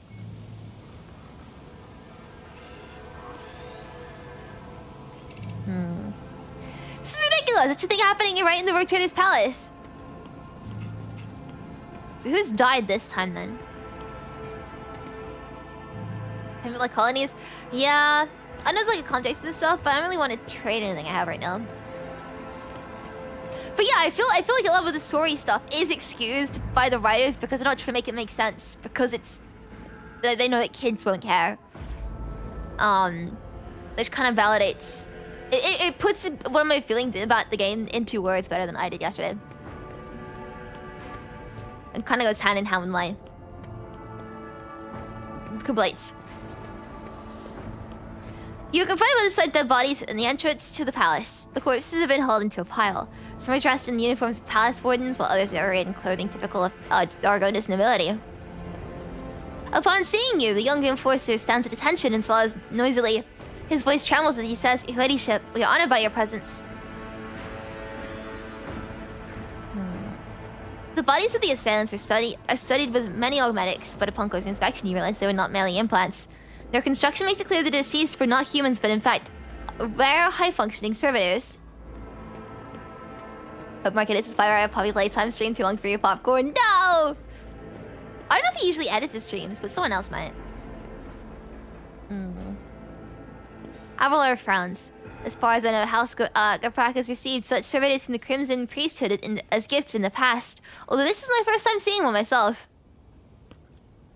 What is this mess? You see, your ladyship. Those people wanted to attack. The warden clears his throat. Second Lieutenant of the Palace Guard, Elam Waite, reporting. Shortly before your arrival, we averted an assassination attempt on the Rogue Trader. The palace soldiers detected intruders and engaged them in combat.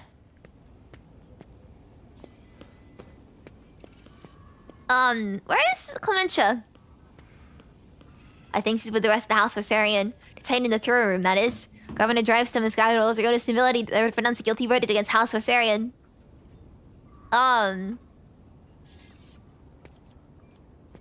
Why is the governor not here? I do not know, your ladyship. Perhaps the guard throws a fearful gaze at Abelard. You can probably find him in the throne room where the governor intends to put House Viserion on trial. I don't like this Drivestem guy. I think he might be doing something sketchy. Because I trust Abelard. This way to the throne room.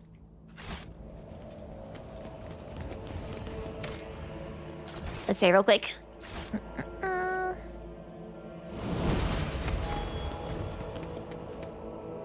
I'm so exhausted today. I got into bed like earlier than usual last night, but I just didn't sleep for a while. I was kind of just like staring at the ceiling. I have to sleep early tonight because of course, well, early by my standards because of course I'm gonna go get the burger, but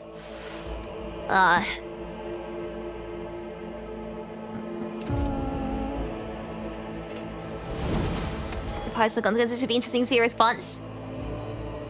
Wait, by projects, do you just mean the contract?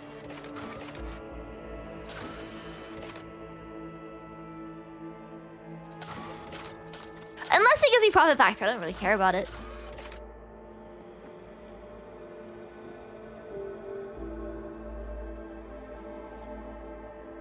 Damn it, Matterport in this one bottle. The colony projects. Wait, the colony projects?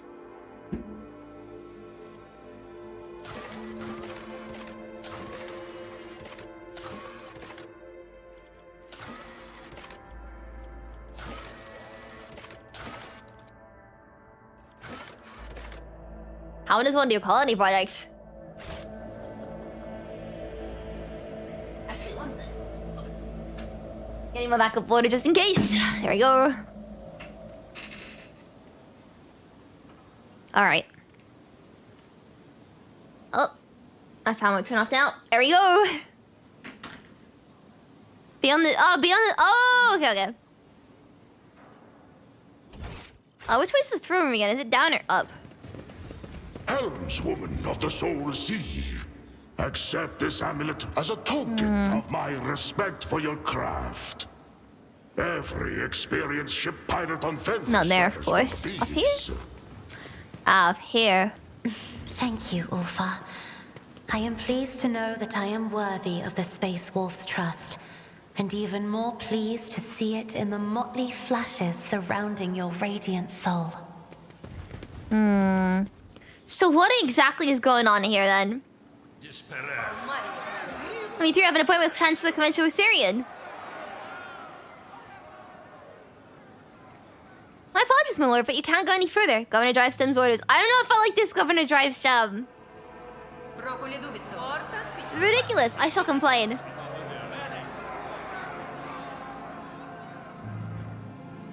We've already let a lady ship the Rogue Trader through. I humbly beg your pardon, your ladyship. Your ladyship, please this way. Your ladyship, 'tis an honor. Governor Urban Drivestem seems to materialize out of thin air, so suddenly does he emerge from the crowd. I regret that such unfortunate circumstances of occasion the Rogue Traders visited the capital. Clementia tries to take a step forward towards you, but the warden nearby stops her. Her face is veiled with fear and weariness. Your ladyship, you're here. Please, you must hear us out. The Rogue Trader is undoubtedly here to listen to the testimony of each and every one of us, and to punish the traitors. The governor's words, directed at Clementia, are harsh. They are echoed by the scornful sneers and whispers of us, the assembled nobles. We have known each other for many decades now, and we have had our fair share of disagreements. But do you really think my flesh and blood would trample upon the very definition of honor and loyalty? Abelard's voice is quivering with rage. The governor sweeps his gaze over Abelard and replies, a faint shadow of doubt in his voice. We have evidence implicating them, Abelard. I'm sure that ladyship will arrive at a fair ruling. So what about charged against them first? Disruption of logistical lines, bribery or death as administrative officials, document forgery, oh that's based though, an organization of heretical insurrections. I mean, that's also kind of based. On top of the evidently devastating economic impact this had on your protectorate, these criminal acts have impeded the delivery of the imperial tithe, which in turn has drawn the administration's attention. Needless to say, the esteemed Adeptus Arbites cannot ignore the situation either. And before the representatives arrive at the palace, we are obligated to identify and punish those responsible. What happened to Dargonus in my absence? When we combated the rumors of your disappearance, we patiently waited news of your return. But then Dargonus was struck by a series of terrible events. The first was the sabotage of logistics that hampered shipments. Then mass unrest spread across the entire planet, and the minor noble houses began squabbling among themselves, trying to pin the blame on their rivals. We took great pains to calm them down and managed to quash the revolt, though not without some outside help, unfortunately. These events have also been overshadowed by the... I'm ashamed to say it out loud in front of you, your ladyship. The rumors circulating among the higher houses. The governor stammers, then takes a deep breath. Some are calling for Theodorus Trier to be installed as the head of your house. Commorragh Voigtveer. Oh, here he is again. Not all your subjects have forgotten his past efforts for the benefit of the trade protectorate. Drivestem stops talking, watching you with a tense expression. When the investigation was launched, the evidence led us to the Osarians. Yrliet wished to hear your account. Your ladyship, House Osarian denies all charges laid against it. Clementia glanced at the governor with defiance. These last few months have indeed been trying for Dargonus, but we have done our best to remedy the situation. My family's every effort was focused on stabilizing the capital's logistics and economy, so much that we failed to notice the web of intrigue unfolding behind our backs. So why are the dead bodies? Your ladyship, I humbly beg your pardon. Drivestem bows once again, trying to placate you. You see, right before your arrival, the palace guard discovered a plot to assassinate you. Oh, wait, one sec. Ugh. Fortunately, the malefactors were disposed of before they could cause you any harm. Do you support the governor's accusations? The aristocrats in attendance exchange glances. Noble lords averting their gazes and noble ladies hiding behind the fans. No one is willing to be the first to answer. Over his many years of service, Governor Drivestem's earned Theodorus' trust, and he holds his high office for a reason. Sauerback's tone is stern and imperious. On behalf of South Sauerback, I support his accusations. Okay, well, you're not condemning the Rosarians. You are praising Governor Drivestem. That's not the same thing. You need to understand that, like, I'm not asking if you support the guy that was put in charge by someone who trusted him. I'm asking if you have seen evidence that they've done what he's accusing them of. If you're in court, you can't just go, Your Honor, my client's a pretty good guy. Like, that's not how it works, right? Your ladyship, Governor Drivestem has always faithfully served the Rogue Trader of House of Valencius and concerned himself with the future of your trade dynasty. And so, House Kirkpatrick thinks his charges against House Viserion to be sound. Again, you are not basing this in what the Viserions have done, but in what Drivestem represents. This is corrupt. The many side Toriana's emotion, but her voice sounds slightly timorous. I humbly ask you to allow me to speak in defense of my family's honor. The evidence provided by the governor is utterly false. I cannot refute it, but I can say with confidence that no one from my family has ever tried to forge documents and yet administratum. Let alone undermine the economy of your capital. Ebi's a pretty cool guy. I mean, that is true. That is pretty true. Um.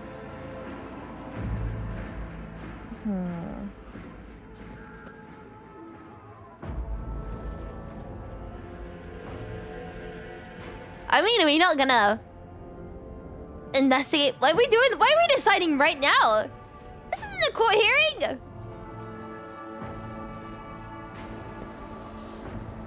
Drive Stem, you aren't accusing one of Dargonus' leading no has the choosing out evidence, are you?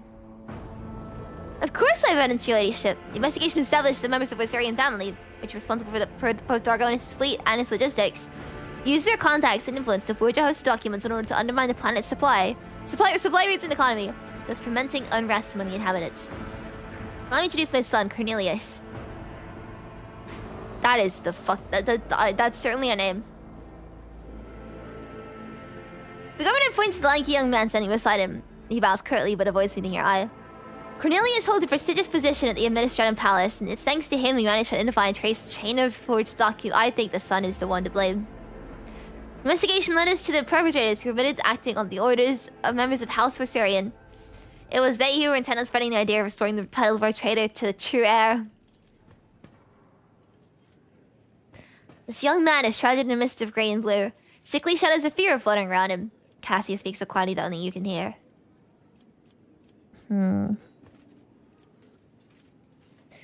I wish to learn more. As you wish to me, ladyship, the governor inclines in a stiff bow. Speak to me when you're ready to announce your verdict. Thank you for your willingness to help, Lord Captain. I'm certain that all charges are false, and I'll be grateful for your help in exposing them as such. I think you should speak to everyone present, the noble lords and ladies. I caught something in my eye, sorry. I want to speak to this guy's son, who I don't trust. And why is my arm suddenly hurt?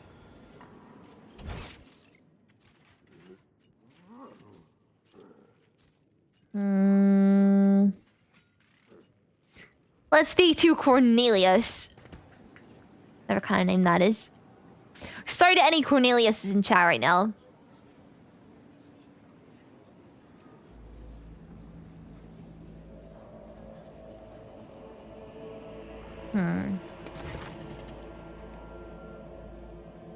Governor Drysdale is surrounded by his retinue, who are all dressed in expensive gowns and finery.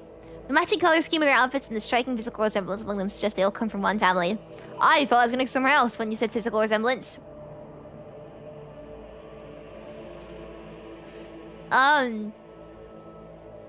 Cornelius on pizza. I had a great pizza last night. I have my daily Tory savings update thing, but I'm thinking about making my weekly pizza review because it was really good. But I think I put too much cheese on it because the whole thing was basically just slathered in grease. I felt disgusting eating it and I felt so sick afterwards, but it was so good. This was like, the plate was dripping once I finished eating it, man. A genuinely diabolical pizza. It was so good. I can't even be mad. But I felt so sick after eating it.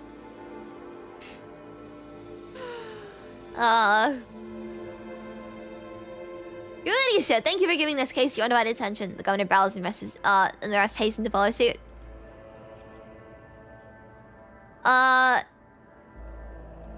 So I had grease soup on a bread bowl. I guess if you want to call it that, with corn in it. So what about like your son? Thank you for your interest, your ladyship, but I'm not worthy of it. The governor's son bows and stands still as he nervously stares down at the floor. Son, show due respect. Forgive him, your ladyship. This is the first time you had the honors of attracting the attention of the Rogue Trader. What do you do? What's your job? I manage documents and records related to the economy of Dargonus.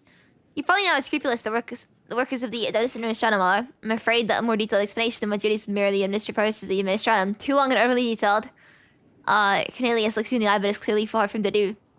This guy seems guilty.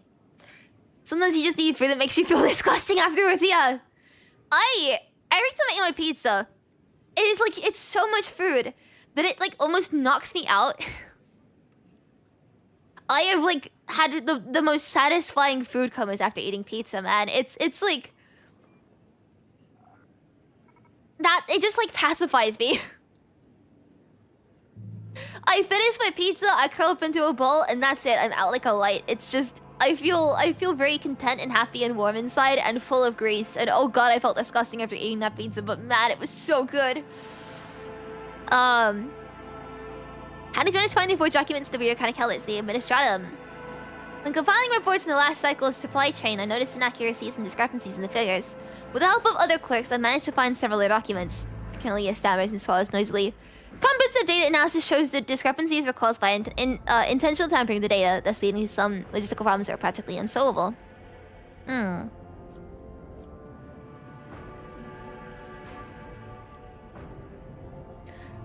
Father and I managed to single out the administrative clerks responsible for tampering with the data. Following heated interrogations, they confessed they were following orders of someone from House Viserion. Everything was supposed to look as though they were the ones suffering losses from the logistical and economic problems.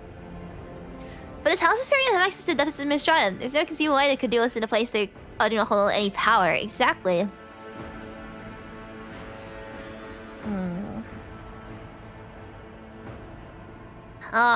Before replying, the governor's son nervously adjusts his expensive frock coat.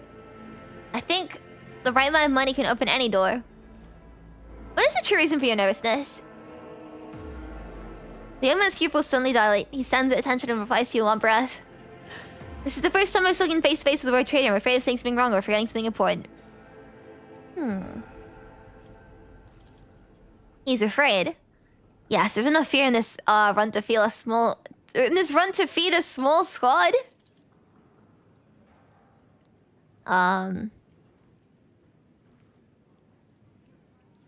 Oh, I could put Marzai to the test and okay. The governor closely watches his son. His tone changes, now sounding strict and curt. Do you wish to show Lord Captain anything else? The poor soul is so frightened. Perhaps I should leave and let Marzai speak in my place. You are familiar with my Drakari companion, aren't you? I don't want to threaten the kid, but like...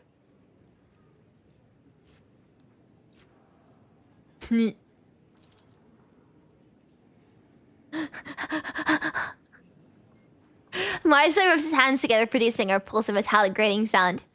We will become friends. I promise. Yes! No, please! Not that! Yes, I have something to say. I admitted before. This lie has gone too far and I can no longer control it. Oh shit! You have been lying about this! To cover up your own mistake, and you blame the entire thing on House Viserion. This lie has gone too far and I can no longer control it. The truth is, the oldest logistical problems were caused by a single error in the numbers. My mistake.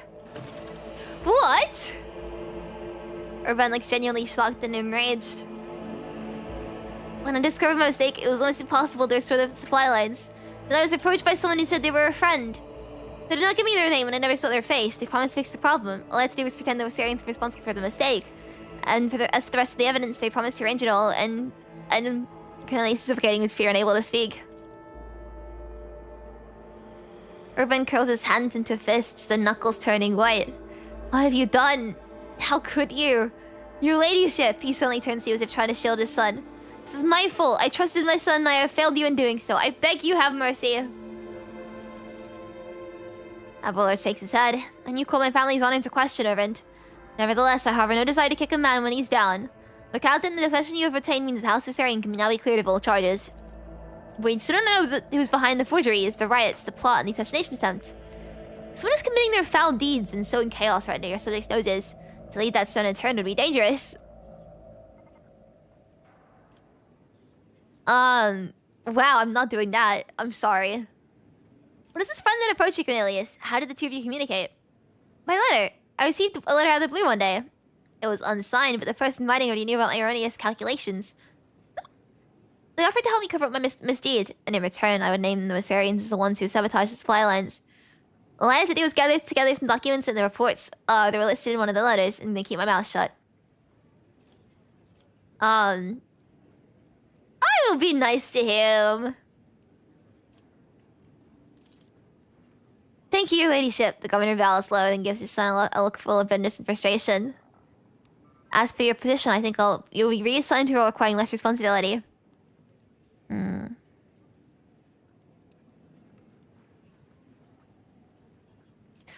these hands are high-functioning servitors. The servitors are only employed by families close to dead as Mechanicus. High-functioning servitors? Darcy ponders this, throbbing his chin with his thumb.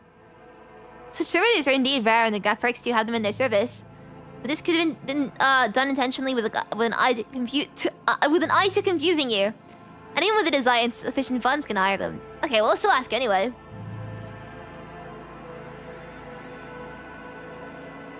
I'll lay claim to the stars. I really like this quest. Let's just tell the Wysarians we know that they're, like, not guilty. Real quick. There's Clementia. As you draw closer, the warden steps aside, bowing respectfully, allowing you to approach the Wysarian family. Clementia is tired and slightly disheveled as the first bower had to you in deference. So many women behind her follow suit. Your ladyship, Owen stammers as if lost for words. Accept most humble apologies for failing to greet you properly. And my thanks for agreeing to speak to me before making your final decision. The charges brought by the governor are severe, but I can only assure you of this and swear on my own honor. We are not guilty of the crimes the House of Saren is being accused of.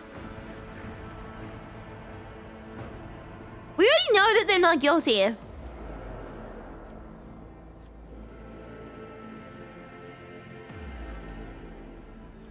Wait, can we not tell them we know they're not guilty?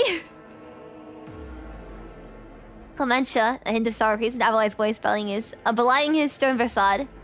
You're acting head of this family. You were supposed to take care of each and every family member, and now you're being accused of treason and collusion against the Rogue Trader, and the entire family is facing death. How can you let this happen? And we'll ask who stands to gain what from framing her, but I think it's a shame that, like, we can't tell them we know they're not guilty now because we did hear it from them. Like, why can I ask if they're, you know, not being honest about it? But I know that they are being honest because we just heard from someone else that they confessed. Where should I start? Afraid I cannot be of much help. Well, that's really great. Can anyone stand to get anything from framing you?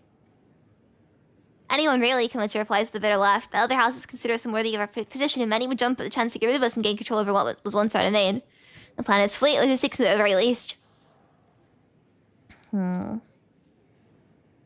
Lady Theodora chose to grant noble status to House Viserion, but other houses, which were served in the expansive millennia, did not welcome the decision. There's led to some difficulties. Blah, blah, blah, blah. Let's leave.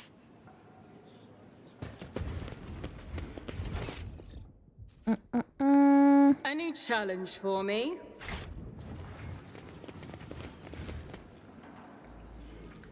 Let's speak to the Graphics first.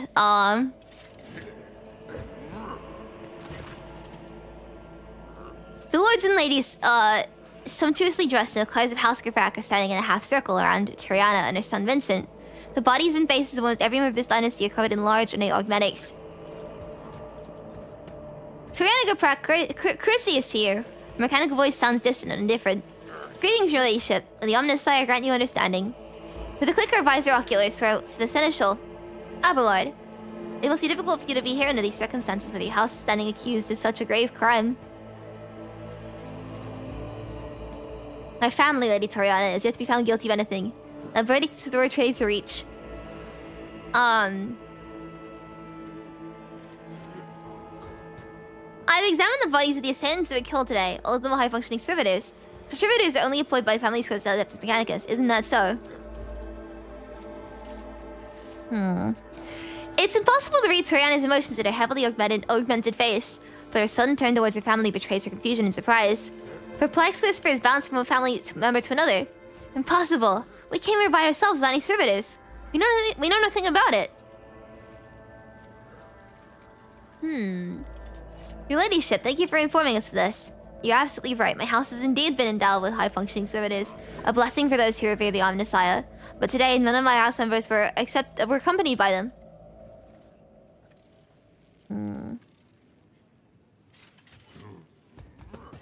Which nobles have the reason to be part in such a conspiracy? Oh, it's just anyone again. Yeah, you guys are really, that's what I'm looking for. No, I forgot the word. Well, it's fine. Right. She thinks there's 7 minutes for flying. Part of my villainous relationship, but I will answer truthfully. It could be anyone. Greed, fear, and ideals can drive even the most loyal subjects to the unthinkable. Let's speak to Vincent then.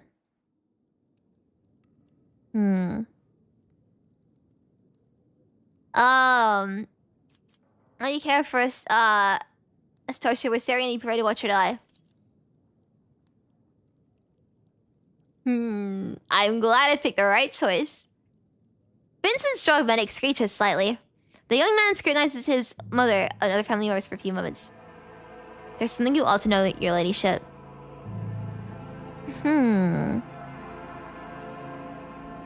Today I noticed, one of my family members to be in odd, uncharacteristic mood. Haylan Gurpak is my paternal second cousin, once removed. The Emperor save his soul. Usually reserved and self-possessed, today he was frantic and anxious, fidgeting with a small piece of paper and seemingly looking for someone to no avail. When I last saw him, he was headed to the entrance hall where the altars are. Perhaps you should talk to him. The entrance hall, okay. That will do.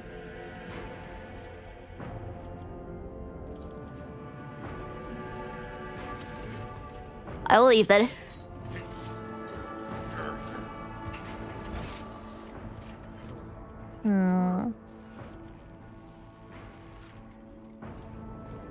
It's the entrance hall. Is that outside though? Victory.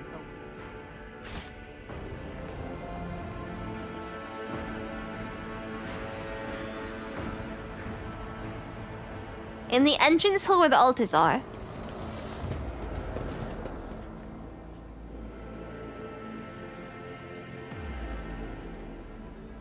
Is it here? Aha! A finely dressed man of middle years is kneeling in front of the altar, his palms folded in a prayer close to his face. The implant-free parts of his skin are a sickly blue color. Oh wow, that's relatable. The nobleman does not react to your presence, nor does he lift... he doesn't lift his head. He does not blink. He does not even breathe. Only when you draw closer to Yrliet city is dead?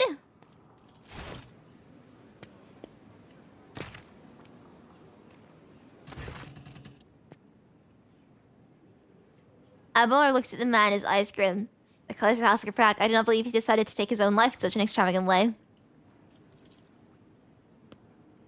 As far as I know, there is a warden post here, but I do not see any wardens. The senator looks around.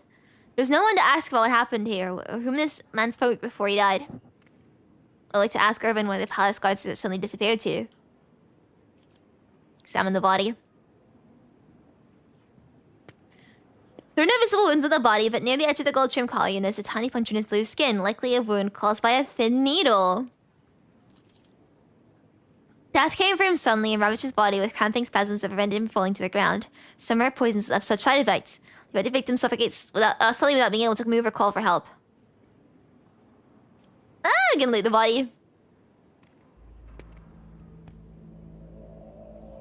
You discover a secret pocket in the lining of the dead man's luxurious jacket. You find a full piece of paper inside, hiding a handkerchief embroidered with the initials HG. You're almost certain the wardens are usually stationed nearby, but their post is empty. Where have they gone? It's an excellent question to put to Governor Drivestem.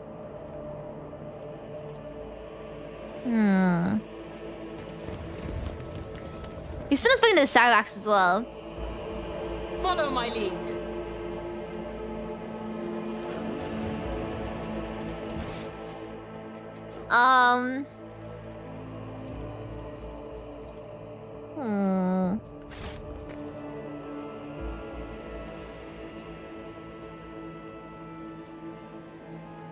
Where is he?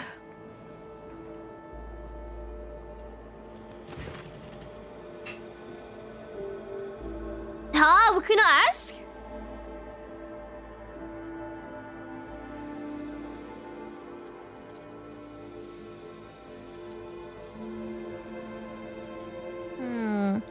Gotta go. Time to get clown on the Warhammer tabletop. Hey, have fun. So can we not like bring it up to him then?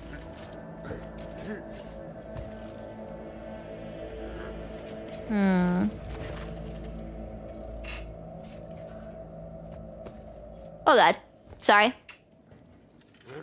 Before bowing, Savak's gonna see with a bitter, judgmental look. Your ladyship.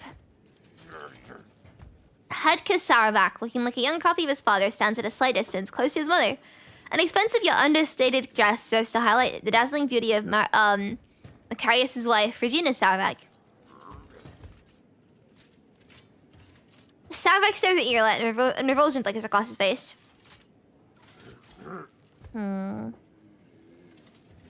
Saravak Patriarch's eyes are trained upon Marjai. Seems as if the air itself has grown heavy with his effort. Saravak turns his gaze back to you.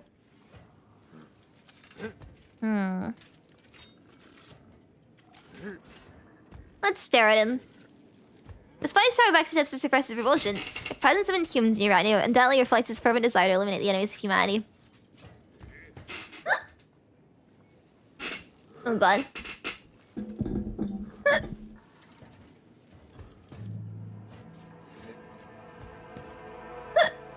Playing my companions distress you, Saravak.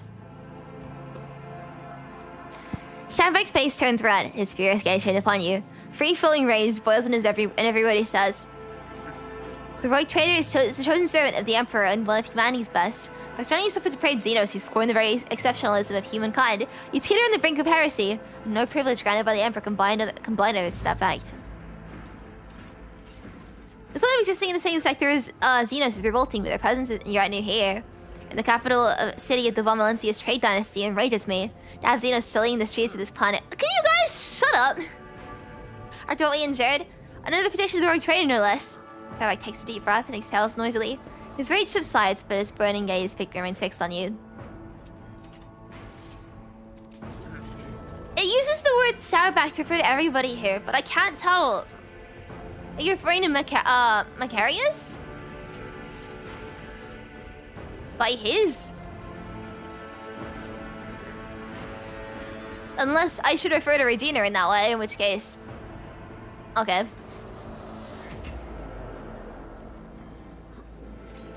With a pain in his expression, Regina glanced at her husband, her hands wearing the ruffles in her dress.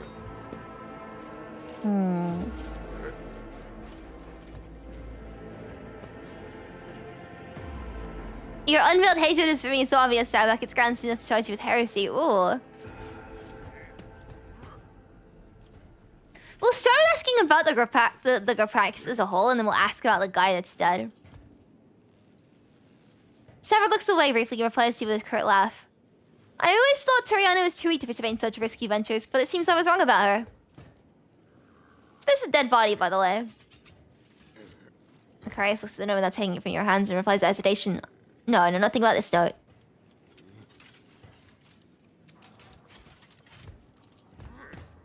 I'm hearing this from you, the Emperor's servant who floats all that is, flats all that is sacred. The person who seems to think the laws of the Imperium are meaningless. Macarius, now it's time when you would do well to stop and not make matters worse for yourself. I don't like those guys, they're not very fun. None shall stand in my way. We ask the guards anything?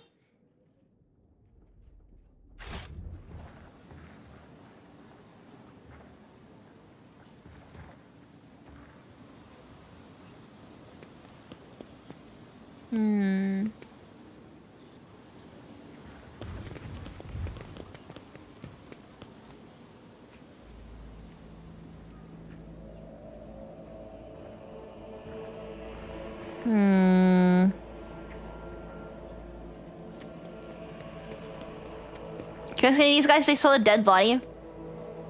No.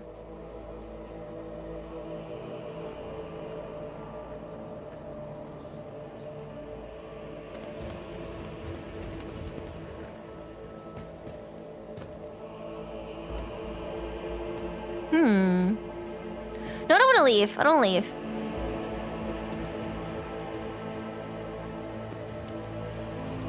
Have I done everything I need to?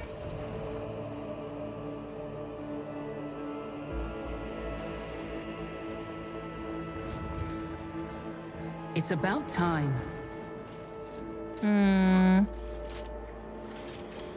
My poor brain is falling asleep without simulation. Why? Where are we? Like.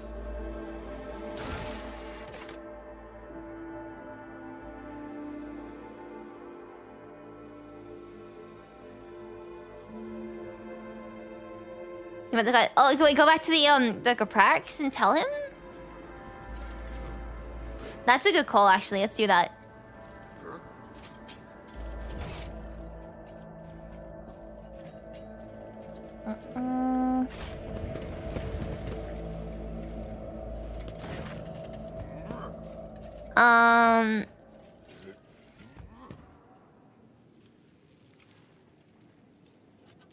If we've already read this, right?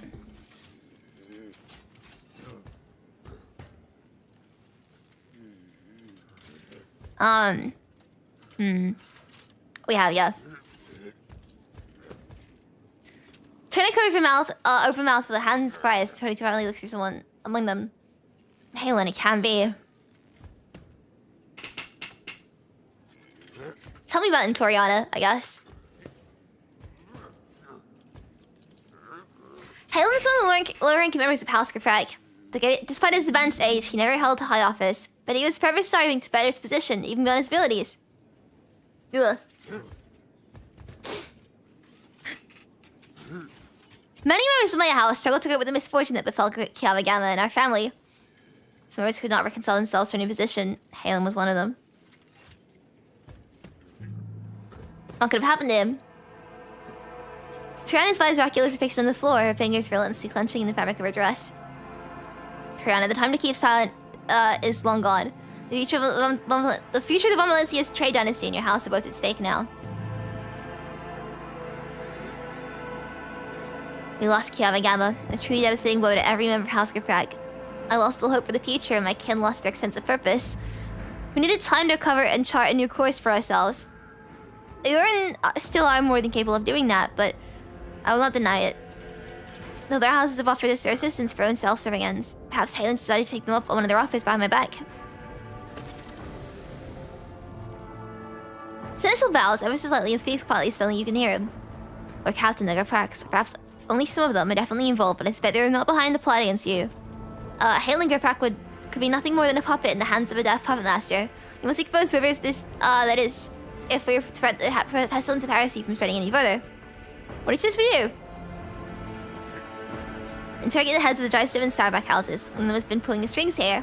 Once you cover new evidence, we announce the guilty party will be publicly executed, but before you pronounce the verdict, it's just focusing on each house in your indictment speech. I shall observe them. I have known these people far longer than you have. I know all their habits, gestures, and behavioral quirks. I'm sure I'll be able to determine which of them is responsible for the riots based on their behavior.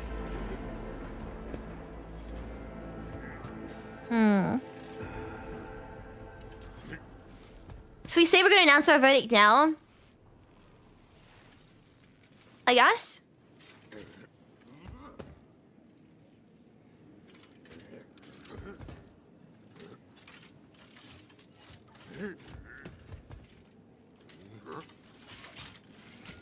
Unless I need to ask them now, right?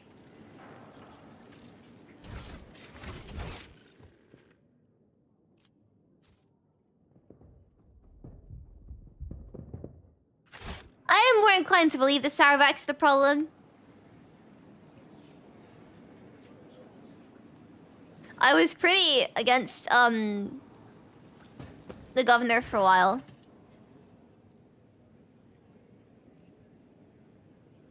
Anyway, did you see Helen Commorragh before I arrived? Halen? I did not see him myself, but perhaps the governor turns around and asks his family, have any of you seen him today? The nobles talk quietly among themselves. The middle-aged woman with the tall, extravagant hairstyle replies to you. I think my sister and I saw him sitting on the bench in some distance away from the palace entrance. We think he was accompanied by a gentleman, but forgive us, your ladyship, we cannot make out his face. You know that place now? Of course, consider it done.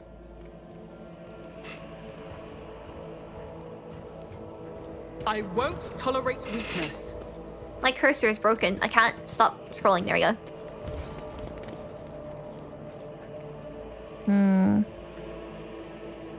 What is that? I still look back to be someone here, your ladyship. My house would be proud of me. House Tarek usually serves this one.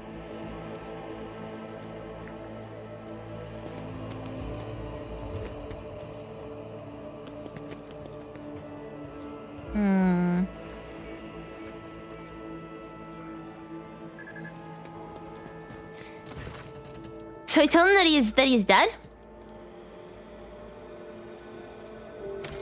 Let me say first before I tell him they're dead, because I might mess up the verdict. I found a dead body in my palace. My house back was slain for everyone else to do anything about it. A member of House Kirpak was killed in the palace. The governor's eyes rolled in surprise. And no one noticed, but how? These wardens are posted at every altar. There's no one knew the deceased. The wardens had left their post. Did you order them to do so? Emperor forbid, your ladyship. The governor helplessly throws his hands up in the ice to signify his powerlessness. Your negligence is stunning, Urband. An assassination attempt followed by a mysterious death, and yet here you are, released to everything. The Rogue Trader can justly accuse you of allowing a noble to be killed in the palace and of failing to even notice it. It may be so, but it is for the Rogue Trader to accuse me of negligence, not you. The governor addresses you once more. Your ladyship, accept my deepest apologies for my imprudence. Nothing matters more to me than my honor. I shall send these servants to Yrliet immediately. I will just quickly speak to the Savax one last time.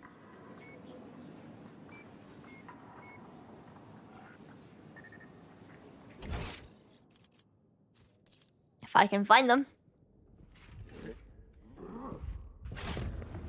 Why do I feel so unwell today?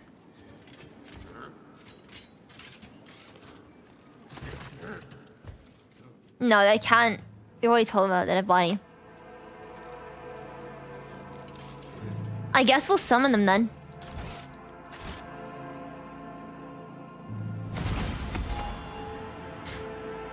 We have stuff like release more machines, we have no cameras. Yeah, we should install CCTV in this area.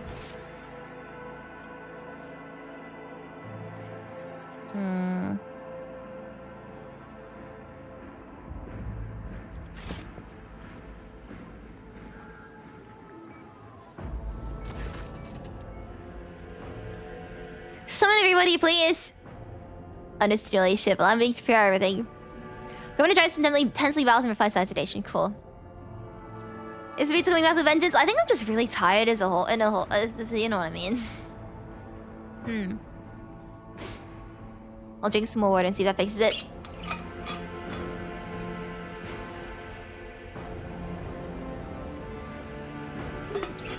Many faces are watching you, each and every one awaiting the Rogue Trader's verdict with bated breath. The charges brought by Governor Dryston were fabricated. House Viserion had nothing to do with the orchestration of the riots, or the plot targeting the Rogue Trader. However, the real perpetrators are here in this very room.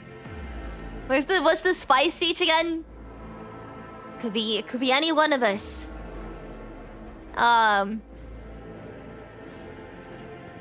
Ooh.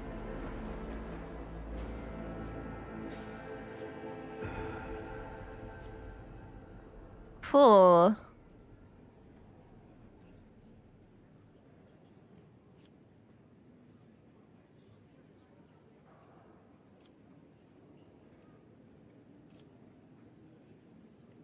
Sorry, I'm reading these in my head.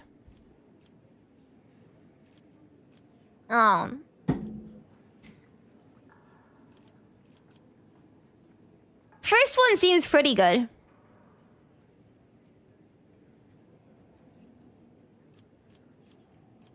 And then the house I offered their help to the Prax, the light howling of Prax seemed to accept the offer. But you're responsible for his death as well.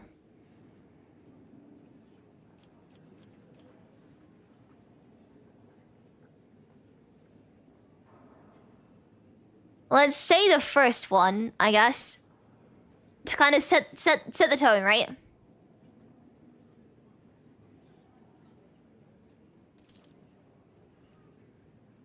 Urban Dive Stem. We've exhibited inexcusable negligence by failing to question the possible involvement of any other family besides the Rosarians. We have discovered that an attempt on my life was orchestrated by a member of House Kirpak.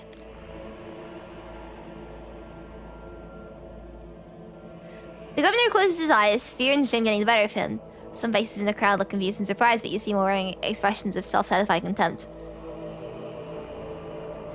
Our Lord looks the governor to you and slowly shakes his head as if to say, no, it's not Drive Stem pulling the strings here.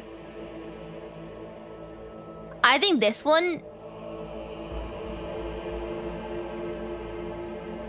And the last back offered their help to the Caprex. And only Hailing Caprex seemed to have accepted the offer. I suspect that you were responsible for his death as well. Savak furrows his brows and slightly cocks his head. He averts his gaze for the first time, as if trying to remember or make sense of something. You notice some restless movements behind him. Wait.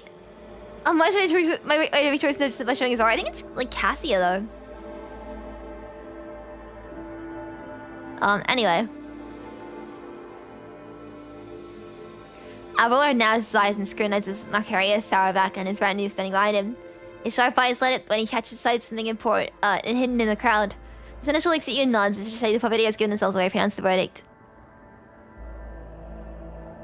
So it's the Saravacs then. In this conspiracy against the Rogue Trader, I find... House Saravac guilty. Seneschal, you may take it from here, I guess?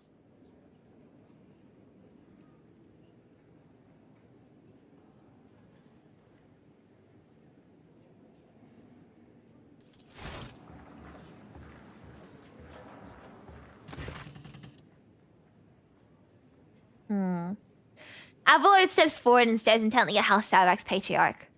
Macarius, I must admit that I have always admired your bluntness, but just so I once had to say goodbye to your promotion because of my dislike for intrigue.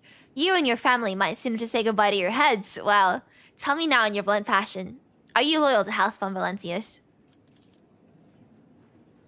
Saravac nods his eyes, grimacing. I am loyal, Viserion. Abelard studies Saravac, then suddenly nods. You are not lying, but someone else is. Someone who is poised to destroy both you and your family for her own gain. Oh. Regina?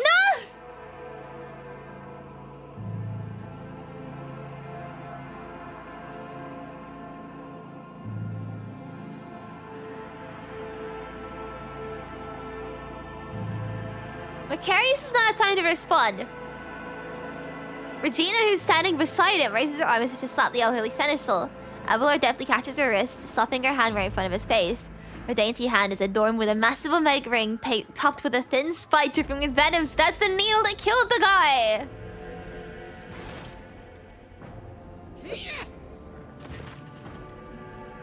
Saravac shifts his confused gaze from his wife to Abelard, then back again. His arrogance is banished from his posture. Regina, you! Mother. Upon realizing what has happened, Hedka recoils from his mother. Macarius, your bluntness makes you an open book. When I talked about helping the Gaprax, you had no idea what I was referring to. Your wife, on the other hand, her eyes started shifting like you would not believe. Regina Saravac, you alone betrayed the Rogue Trader, jeopardizing the prosperity of the Valentius trade dynasty. And you alone are responsible for your unmasking. Why would you do this? She is a bit crazy, isn't she? Like the spike on her ring, Regina's words are dripping with poison and rage. Because Dargonus is serving an imposter. The true heir of the Protectorate bears a different name. When Commorragh appeared on Dargonus, he paid me a visit and opened my eyes to the truth of the situation. Theodora was killed by the one whom she had so unwarily taken under her wing.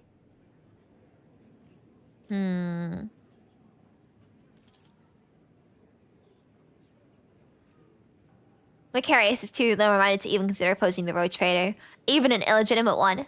So I had to wait for the right moment, and the disappearance of the Lord Captain could not have come at a better time. It was quite simple to trigger the chain of events on Dargonus. The people remembered Master Voigtvir's past service. It seems that many of your subjects do not actually consider you a worthy successor. Why there were Syrians? Because when stripped to the Senate, why is she just like she's just like being open about it now? I mean, sure, man, thank you, but she has no reason to tell the truth, I guess. I mean, she just feels about it that strongly, but anyway, when stripped to the Seneschal's protection, this house is the weakest one in all of Dargonus, and they are also particularly disliked by the governor's family. It would have been easy to bury the Warsarians under accusations of heresy. Who aided you? Of course I didn't. I have too many helpers to list them all, but rest assured there are plenty of them. Just as there are plenty of people who follow Master Voigtvir, my death will not change anything. Their true Rogue Trader will come and take his rightful place when the time is right. Oh, why did you kill Halinger Prag? Halen was was a good agent, but he was also a coward. He came to me just before our formidable Rogue Trader arrived. He was ready to confess everything. I suggested that he plead for the Emperor's forgiveness first, and he did grant him mercy, did he not? Yeah, Abelard, you can do the sentence. Abelard turns his gaze to you. Does the Rogue Trader condemn only the rotten apple or the entire barrel? They don't really like my people, but I feel like if I kill them all, that's kind of mean.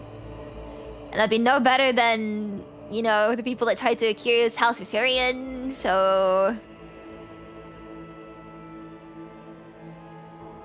I will not exterminate the entire Nova line that is loyal to me just because of one traitor, I think. In that case, Regina Sarabakal shall be subject to intense interrogation followed by execution. Well, if you say that, she's got no reason to tell the truth!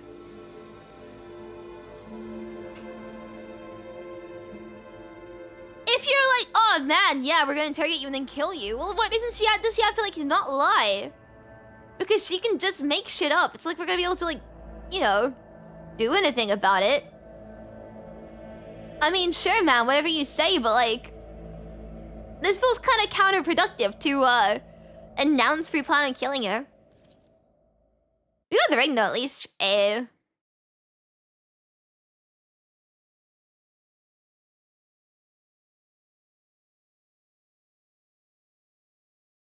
Yes, I can basically shoot the info out of her. But that's not, like, what'd you call it, interrogation? By order of the Rogue Trader, Regina Sarabakal is sentenced to her death for heresy and crimes against Valentia's dynasty. Torture famously makes 50% of the time and people never make up things to get it to end. Not even that, but if you know it's not gonna end, then what point do you even have in trying? Yeah! Executions! Oh god, it just keeps on going.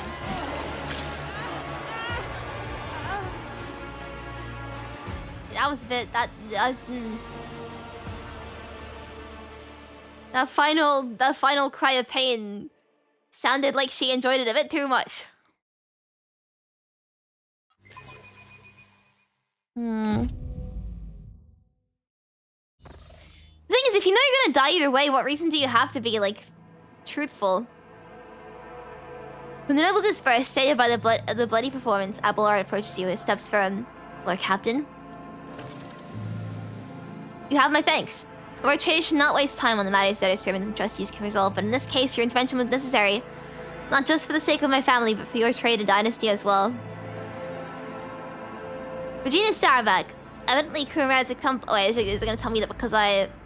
No, okay, I thought it was gonna tell me that, because I didn't, like, kill all of them, they're gonna hate me now.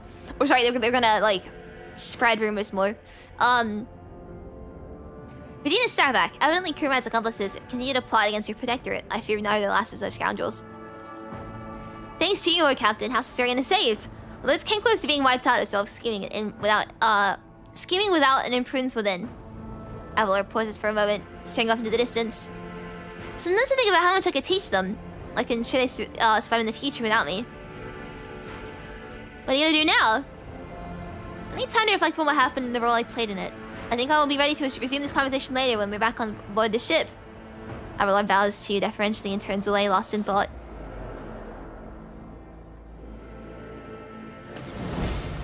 Well, let's go talk to Abelard on the ship then, shall we?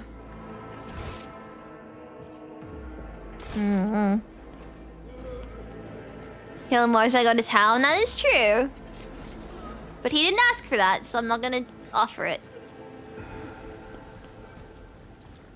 You must ask first. Oh, just a little bit sleepy. Just a little bit.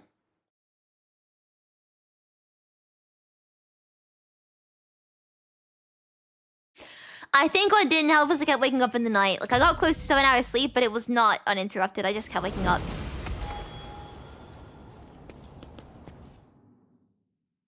Wait, did I just enter the palace again? Fuck!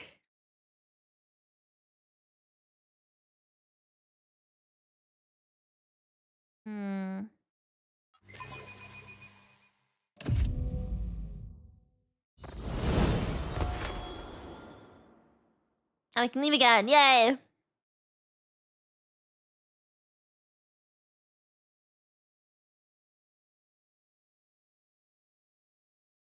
Right.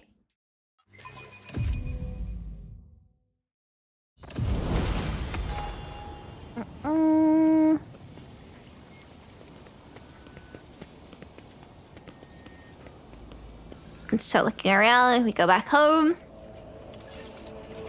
It's very annoying not getting a proper sleep all the way through. I cannot. I really struggle.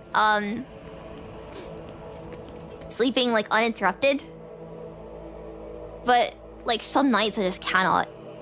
The earlier I go to sleep, the more I wake up in the night as well. So kind of sucks.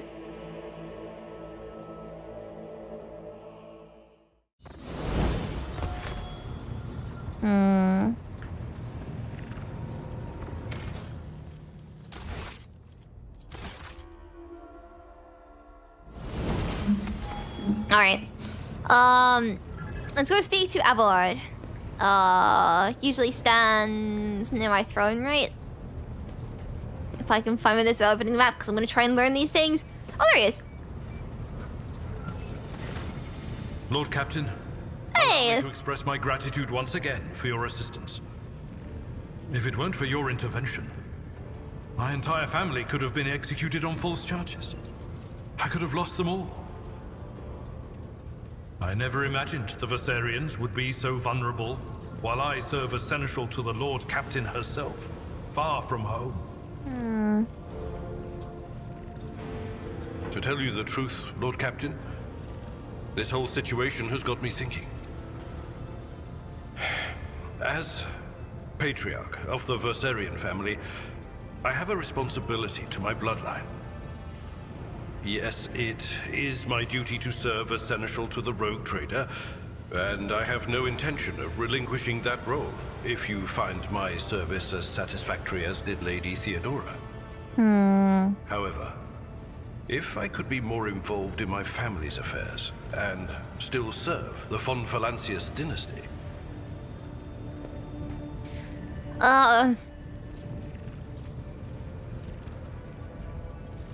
What does this mean? Can you, like, tell me plainly?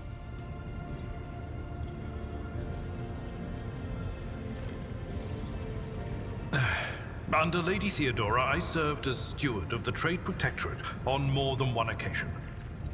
In that capacity, I was based on Dargonus, rather than traveling with the Rogue Trader on You the wanna leave me? If it would be possible, after the immediate need for my presence is over, I would like to return to that position.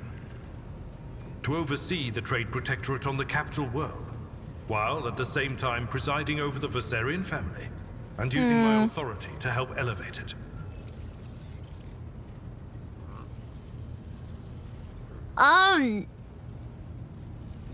So what is, like, how immediate is immediate crisis? Is he just asking to leave us now?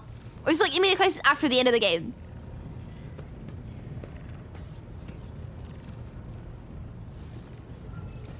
I don't really want to let him go, but it feels really selfish to say that. After the game? Okay.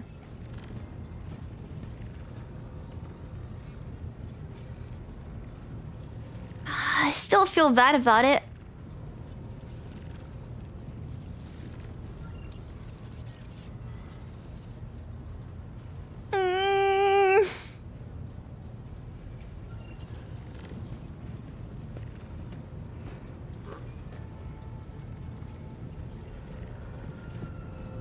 I mean,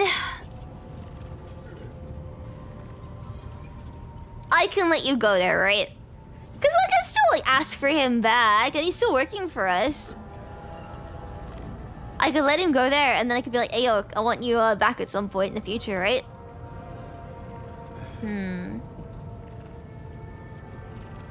Anyway.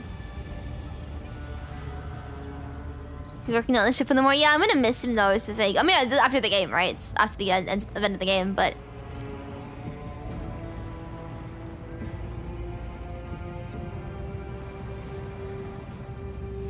I feel bad. I feel sad to say this. But I think I'm gonna say... Yeah, I shouldn't keep him on here if he wants to go be with his family.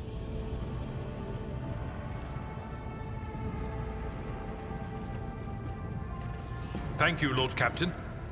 Under my watch, the Trade Protectorate will remain safe and prosper in service to you.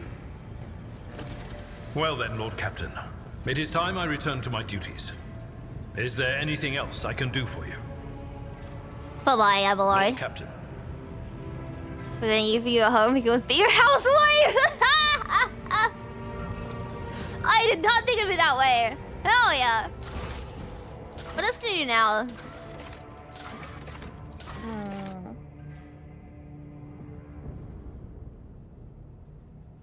Oh, so he did Marsha. I forgot about that. Yeah. My bad. I completely forgot.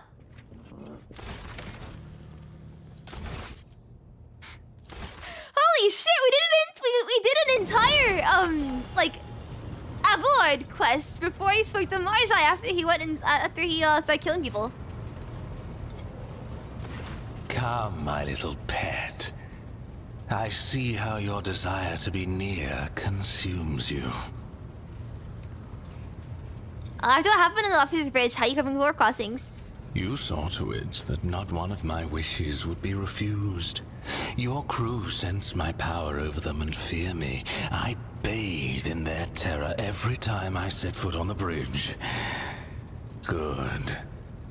Livestock should know their place. Yay! Since the first time, I've been slowly acclimatizing to voyaging through the Veil. Only Monkey could have conceived of such a suicidal method of galactic travel. However, it is novel and exhilarating. At least now I know what I'm facing, and consequently, I will find a way to withstand it. And now it is time to learn what is happening with the Cabal of the Reaving Tempest, leaderless and abandoned to the mercies of Commorragh. The survivors will probably be driven into real space to fall prey to Silent Thresh. You must find them. If we How you encounter pronounce the it? remnants of the Cabal in this dimension, I will want to speak to them.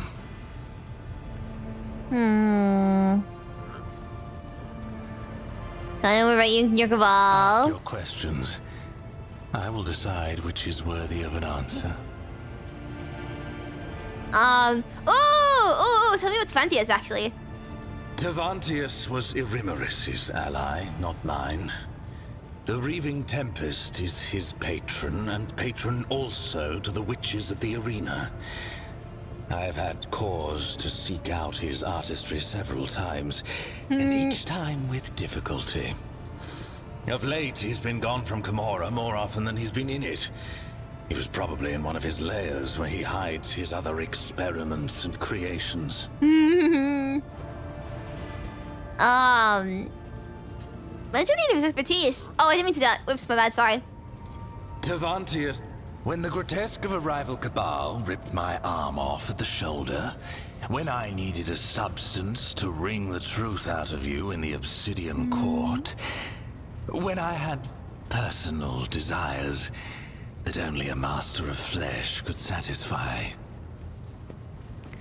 So what exactly do you mean by that, Marshai? You are just dying to know, aren't you? That doesn't answer my question, Marshai. Where are those other lairs? After Tevantius quarreled with the witches and was stripped of the Cabal's protection, his havens in Commorragh were turned into a deadly trap. I imagine they've been ransacked and destroyed by now. His other hideouts may be somewhere in the tangle of the webway, or in real space. But that last possibility is madness even for a homunculus. Yeah,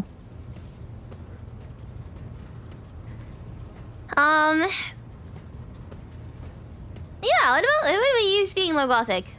It was a punishment.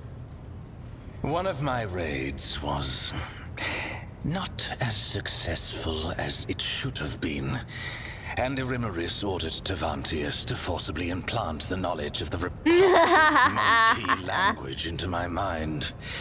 Supposedly so that I could at least benefit the Cabal by coaxing the monkey into their cages. 5 days I spent under a cerebral burner in the Spire's main hall, to the delight of Yrliet's entourage. I dislocated every joint, no! struggling in agony against my shackles. But I would endure it all again to expel this poison from my head. Your titles then. Eviscerator of Yrliet, Blaze of the Barcag Kingdom, and Slayer of Corocious the Pale. Yrliet was a world inhabited by our distant Eldari cousins, until I led a reaping raid there. The Barcag Kingdom was a separate cluster on the fringes of Commorragh before it went to war with the Reaving Tempest, and by the time I left, I was wading through the blood of its inhabitants. I love the way his VA does like the breaths, because it really reminds me of the G-Man. And lastly, Pretty gasping breaths, I like it. He was an ancient homunculus who betrayed the Aziriash at the behest of another Cabal. That was not a military victory, but a personal one.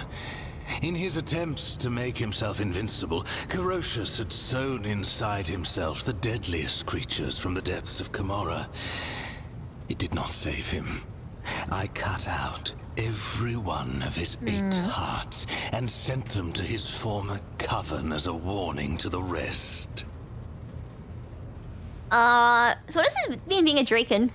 The Draken is the first Draken. among the blades of the Cabal of the Reaving Tempest, and the Drukhari who stands but one rung below the Archon. The Draken leads raids and wages wars against other Cabals, keeps the arrogant true-born and half-born upstarts at bay, and has the pick of any opponent in any battle. Yrliet used to have others in her inner circle, but I ensured that they all disappeared one by one, and that their successors were too terrified to take their place. That was when my sister engaged an incubi order to serve as her bodyguards. Incubi do not respond to fear or bribes. Why can we ask it? I'm pretty sure we already knew this. Why can we ask it? So what was the conflict? Must there be another reason beyond survival and ambition? Commorragh does not tolerate weakness. Commorragh respects only strength and cunning. Either you climb upward on the corpses of your enemies, or you become one of the steps underfoot. You call this vtuber, what does that mean? It is a caste in Commorragh. Noble Drukhari born under certain circumstances. Their cradle before birth was not an amniotic gestational tube, but a living womb. Carrying a fetus for such a lengthy term is as good as a death sentence for a female Drukhari. She is too vulnerable to her enemy's attacks. I never considered this before. In Commorragh, only the most powerful Drukhari, who are able to surround themselves with the best protection, can allow themselves such an extravagance. I never once considered this as a possibility. That's really interesting world building. I liked it a lot. That's like the idea that like people are just kind of produced in like test tubes because that means nobody has to kind of be burdened with going through pregnancy. That's kind of, I like that. That's kind of crazy. Farkaza Aziriash. And the idea that you're like actually birthed being a kind of luxury status because it means that your parents were rich enough to the result get the best protection. I don't know. That's cool.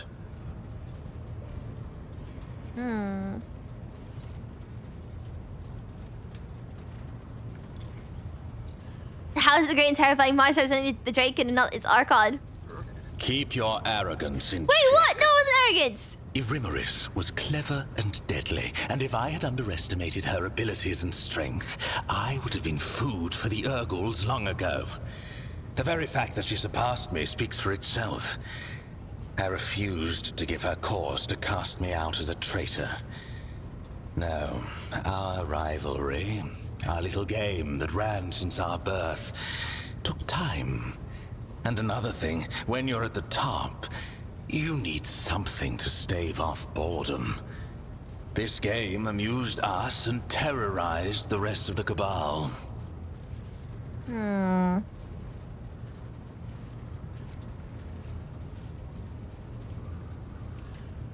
I was trying to be arrogant. I was like, man, you're really cool. You should be even higher up in the thing. And that's okay. The Cabal of the Black Heart is the most ancient of all the Cabals, and the largest. It casts a shadow over all Commorragh, and when the Black Heart strikes, you submit or you die. The Reaving Tempest was not prepared to perish, so when the Black Heart's shadow stretched as far as us, Yrliet's predecessors chose to bend the knee and become their vassals. You know, the more I think about it, the more like, damn, this video really is kind of crack. Because able to say things like Yrliet, I know it was taking like a billion takes to get like all the names right and stuff, but man, that like is still impressive to me that you can say it. Like when he was delivering the big speech where he's going through like all his names and stuff, like, oh yeah, like these are like all the titles that I hold. Yeah, Mystery of Yrliet bladed the Blaze the Barkhag Kingdom and Slayer Crushes the Pale. Stuff like that, it's like I can't imagine that was first try. It's really impressive. Yrliet never liked the Cabal's subordinate position. Her words, and sometimes her actions directed against the Black Heart, prompted whispers of discontent and fear among those who served her. I was not willing to renounce the protection of Astrobial Vect's own Cabal. If I had succeeded in overthrowing Yrliet with Nazrakay's aid, many within the Reaving Tempest would have supported me. I see. Are you sure? Wait, why is Moishe mad at me? Then go. I will find something to amuse myself with. Does he not like me anymore? Come, my little... Okay, there we go. Then go. I was worried that I upset him with that one conversation thing. I'm like really cautious about what I say to him. I do not want to make him upset with me. Maybe my anxiety is kind of bad. Actually, that's sad. I've noticed like in games and stuff, obviously I'm like worried about saying things that upset people, but like my anxiety, I like to think, is getting a little bit better recently. Mostly because I found a way of like essentially I want to say I'm like guilt tripping myself about it. I used to be terrified of hanging out with my friends because I was like, oh man, what if they like secretly, you know, what if they're like bored of me or don't like me around? And then I realized that, hey, if they knew that I thought that about them, they'd be really sad. I don't think my friends are bad people, right? And it's that gaslighting, that like guilt tripping myself into basically be like, yeah, my friends would be sad if they thought that like you know, you thought that lowly of them and thinking that they hated you. Now I'm like, oh yeah, you know what? All right, my friends are good people and they love me. And if they saw anything was wrong with me, they would tell me. And now I have no anxiety when it comes to hanging out with them. You just gotta find ways to guilt trip yourself into accepting that your friends don't harbor resentment towards you. But it doesn't work in video games. Anyway, right, let me save. It's been almost 3 hours, so I'm probably gonna wrap it up for now. It's been a short stream. I really tried to sleep early last night, but I just could not like get enough sleep in. Tomorrow's stream will be at 2 p.m. Not that it really matters because I seem to be starting streams later and later. I need to like I'll be fixing my sleep tomorrow to go out.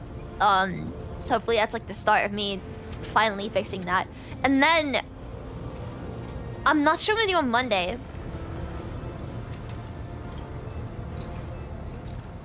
But it might be more Enfield. I feel like there's gonna be a lot of Enfield this week.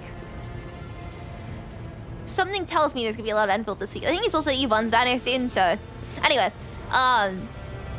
more Trader, week today. Wait, actually, let me just check my... Yeah, actually, a week today. That's good. I think I not doing anything on that day. Tomorrow Trader. If it works, it works. And over the time, you'll probably feel a guilt trip. Oh yeah, you know, like I'm past the point now of feeling the need to guilt trip myself, which is because I've guilt tripped myself so much now. Like every time, it doesn't work for everybody, right? But if anyone ever asks me for like advice on, you know, dealing with anxiety, that'll be the first thing I tell them. Is basically tell yourself like, oh yeah, you know, like my friends aren't bad people. They would be really sad if they thought, like, you know, they thought that I was worried they were like, they didn't like me. You just gotta guilt trip yourself, man.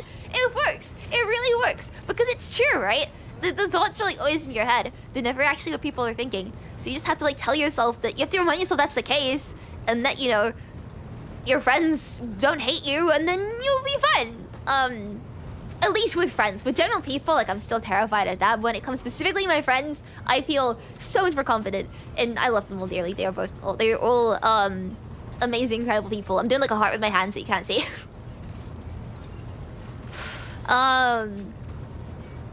Anyway, I'll see you guys tomorrow or on Monday.